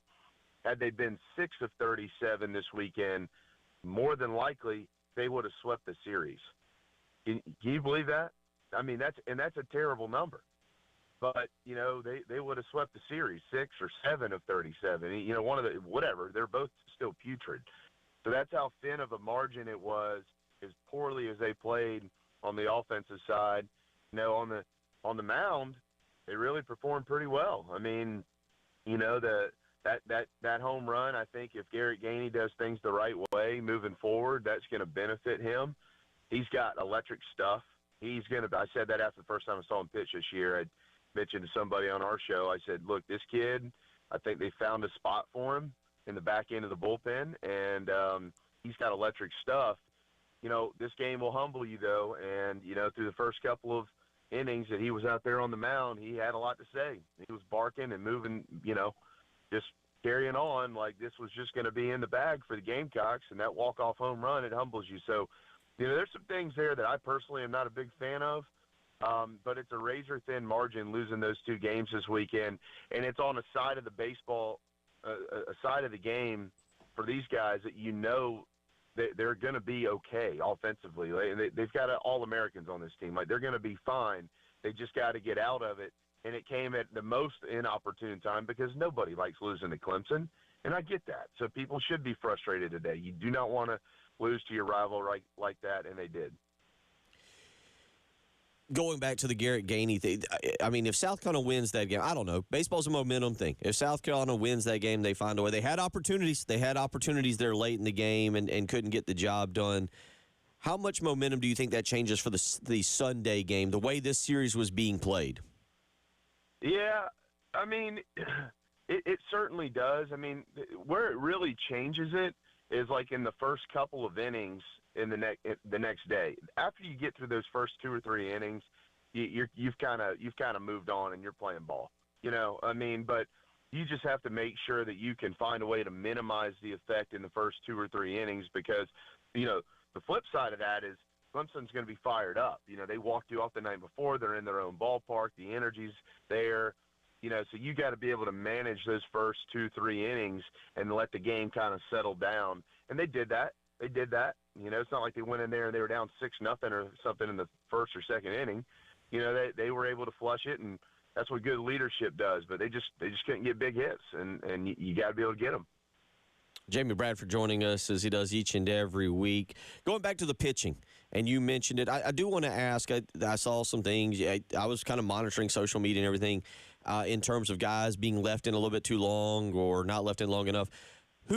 How does that work from what you know with Mark Kingston and Matt Williams as to who makes the final decision? Is it Matt Williams looking at Mark Kingston going, yeah, he's done. We got to get him out. Mark Kingston going, okay. Or is it Mark Kingston basically making that final decision, I don't need this anymore. We got to get him out? Kind of both. So, you know, Coach King and I have talked about this numerous times. You know, he lets his guys coach. You know, he lets the hitting coaches be in charge of the hitters. He lets Matt Williams be in charge of the pitchers, and, you know, he's there to listen to them. Of course, it's his final call, and if he wants to overrule something, he'll certainly do it. Obviously, I don't know any of the conversations that were had as far as pitching changes and stuff like that, but I'll be honest with you, not that I'm some expert, people should take my word and run with it. I don't really disagree with anything they did. I mean, you know, leaving guys in too long gets said every time somebody gets beat because a ball leaves the yard or something like that. Had South Carolina come back and won the game, Bill, that wouldn't really be much of a conversation. So, I mean, look, I saw it all.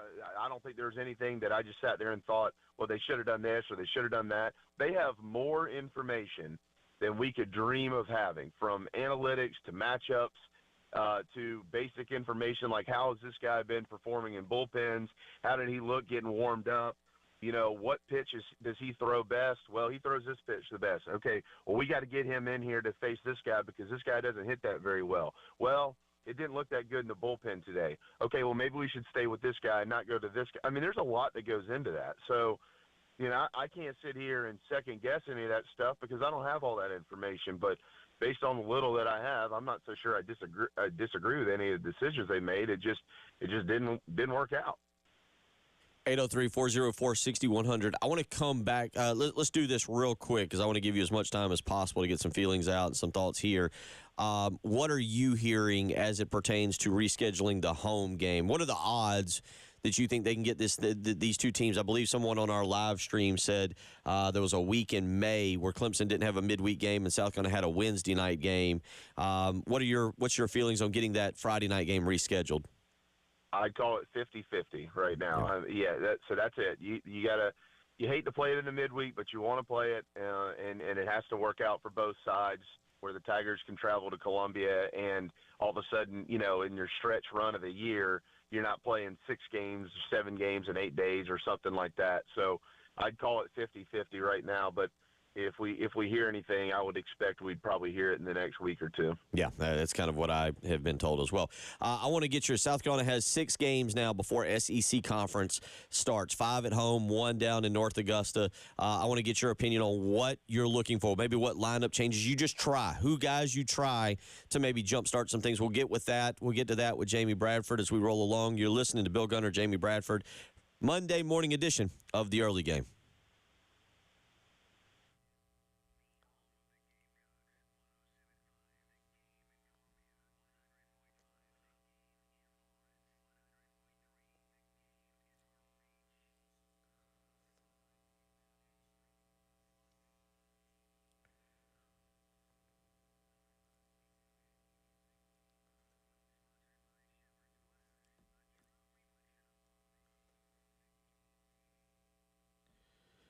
Oh, Bill Gunner for Mid-State Roof. Beautiful. Going to be great today, but we got some rain coming. Spring usually brings those rains. What is it? Spring showers bring May flowers. Is your roof ready for the spring showers? If not, it's time to call Mid-State Roofing. In 24 hours a day, 7 days a week, they will take your call, and they'll be ready to help you. So make that phone call today, 803-356-1919, and get a maintenance contract to help protect your roof. You want a little bit of leak detection. You want to make sure you're not just sitting there enjoying a baseball game one afternoon, and next thing you know, you got water coming through your roof. Call Mid-State Roofing today, 803-356-1919, or you can visit them online, midstateroofing.com. You'll speak with a trained technician. You'll speak with someone. It doesn't matter whether it's 12 midnight, 3 a.m., or mid-afternoon. Call Mid-State Roofing today, 803-356-1919. If you've got a leak, let Mid-State Roofing take a peek.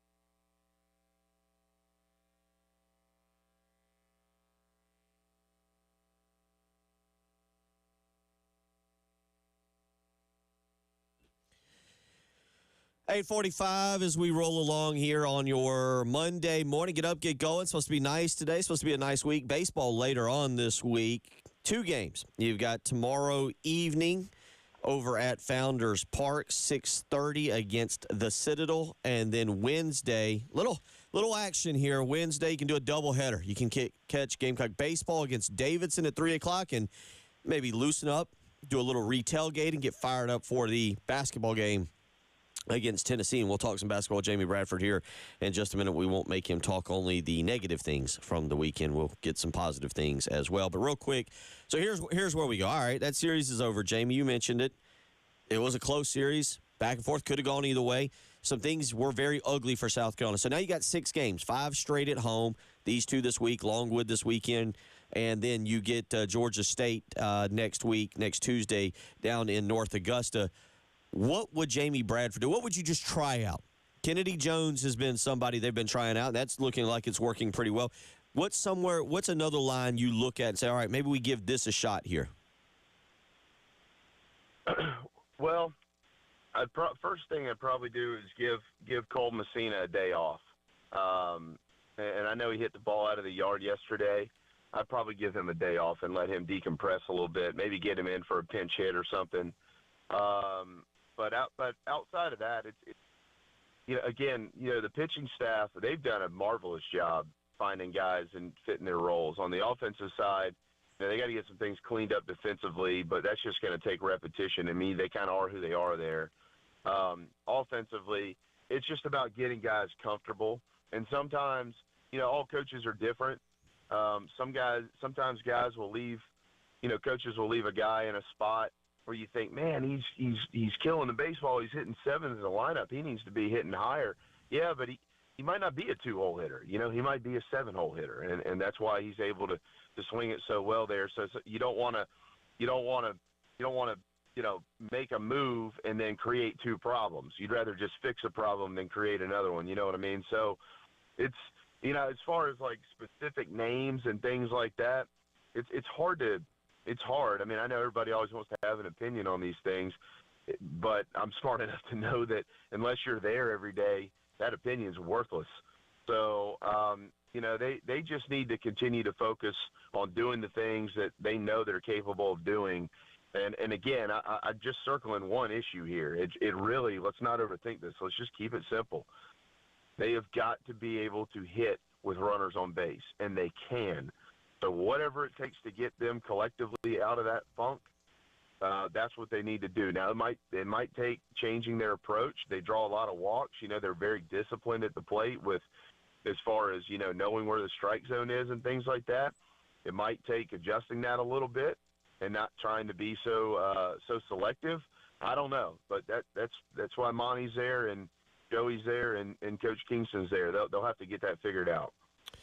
Obviously, something we'll continue to monitor, and you can hear more from Jamie this week as he'll cover it a good bit and later on today.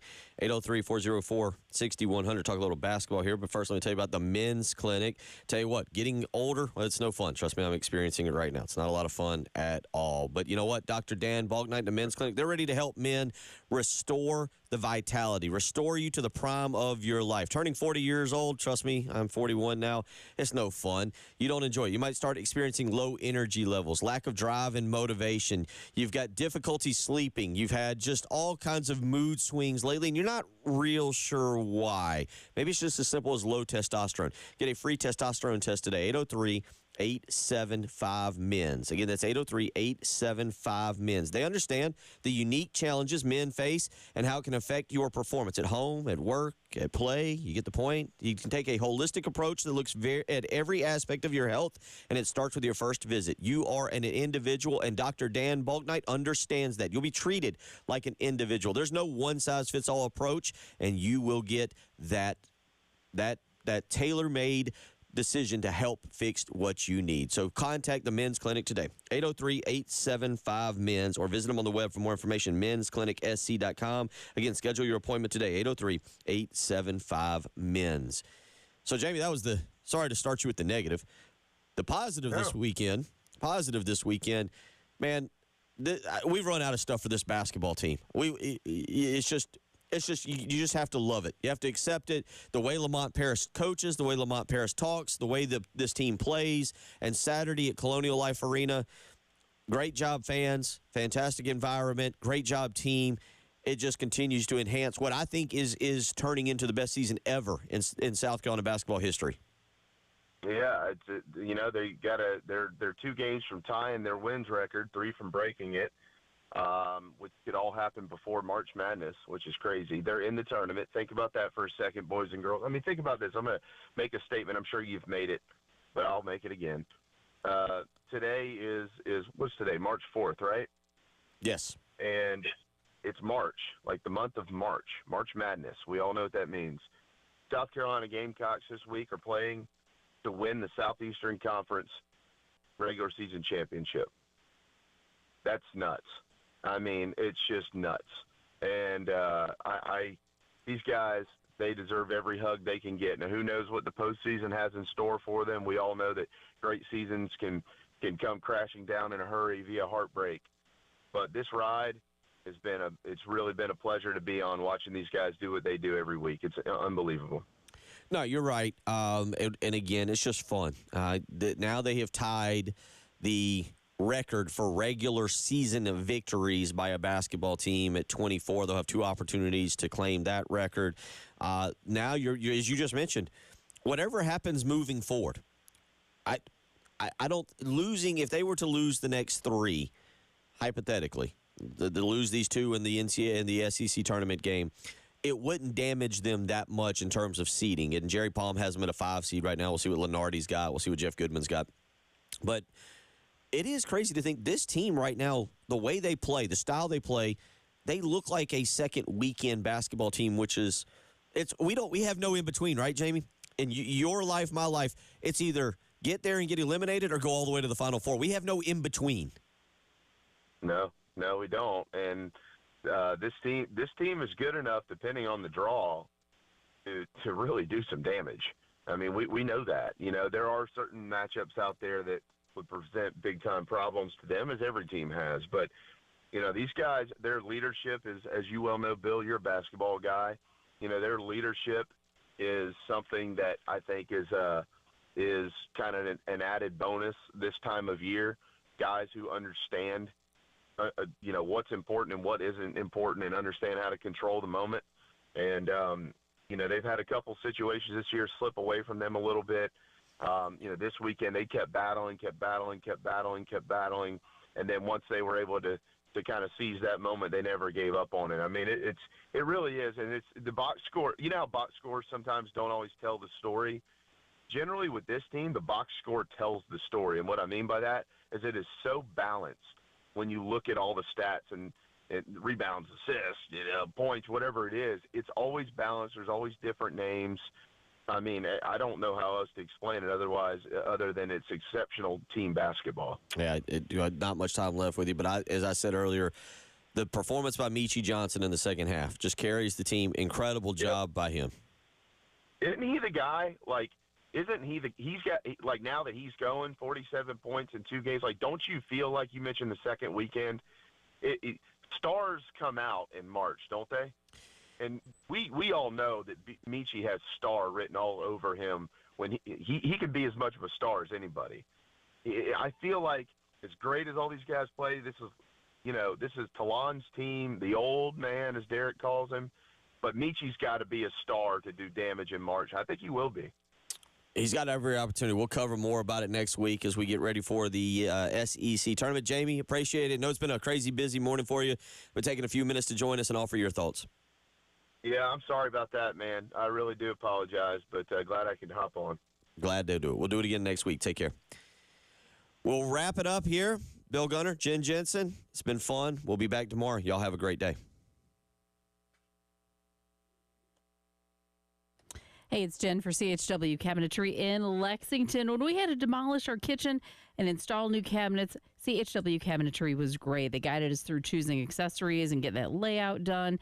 And then the photorealistic renderings helped us pull the kitchen back together and get the other elements. And in fact, we pulled those renderings back out just to kind of like get an idea, because they had a light fixture that we really thought was a neat idea in the kitchen, and we ended up putting one in very similar this past weekend.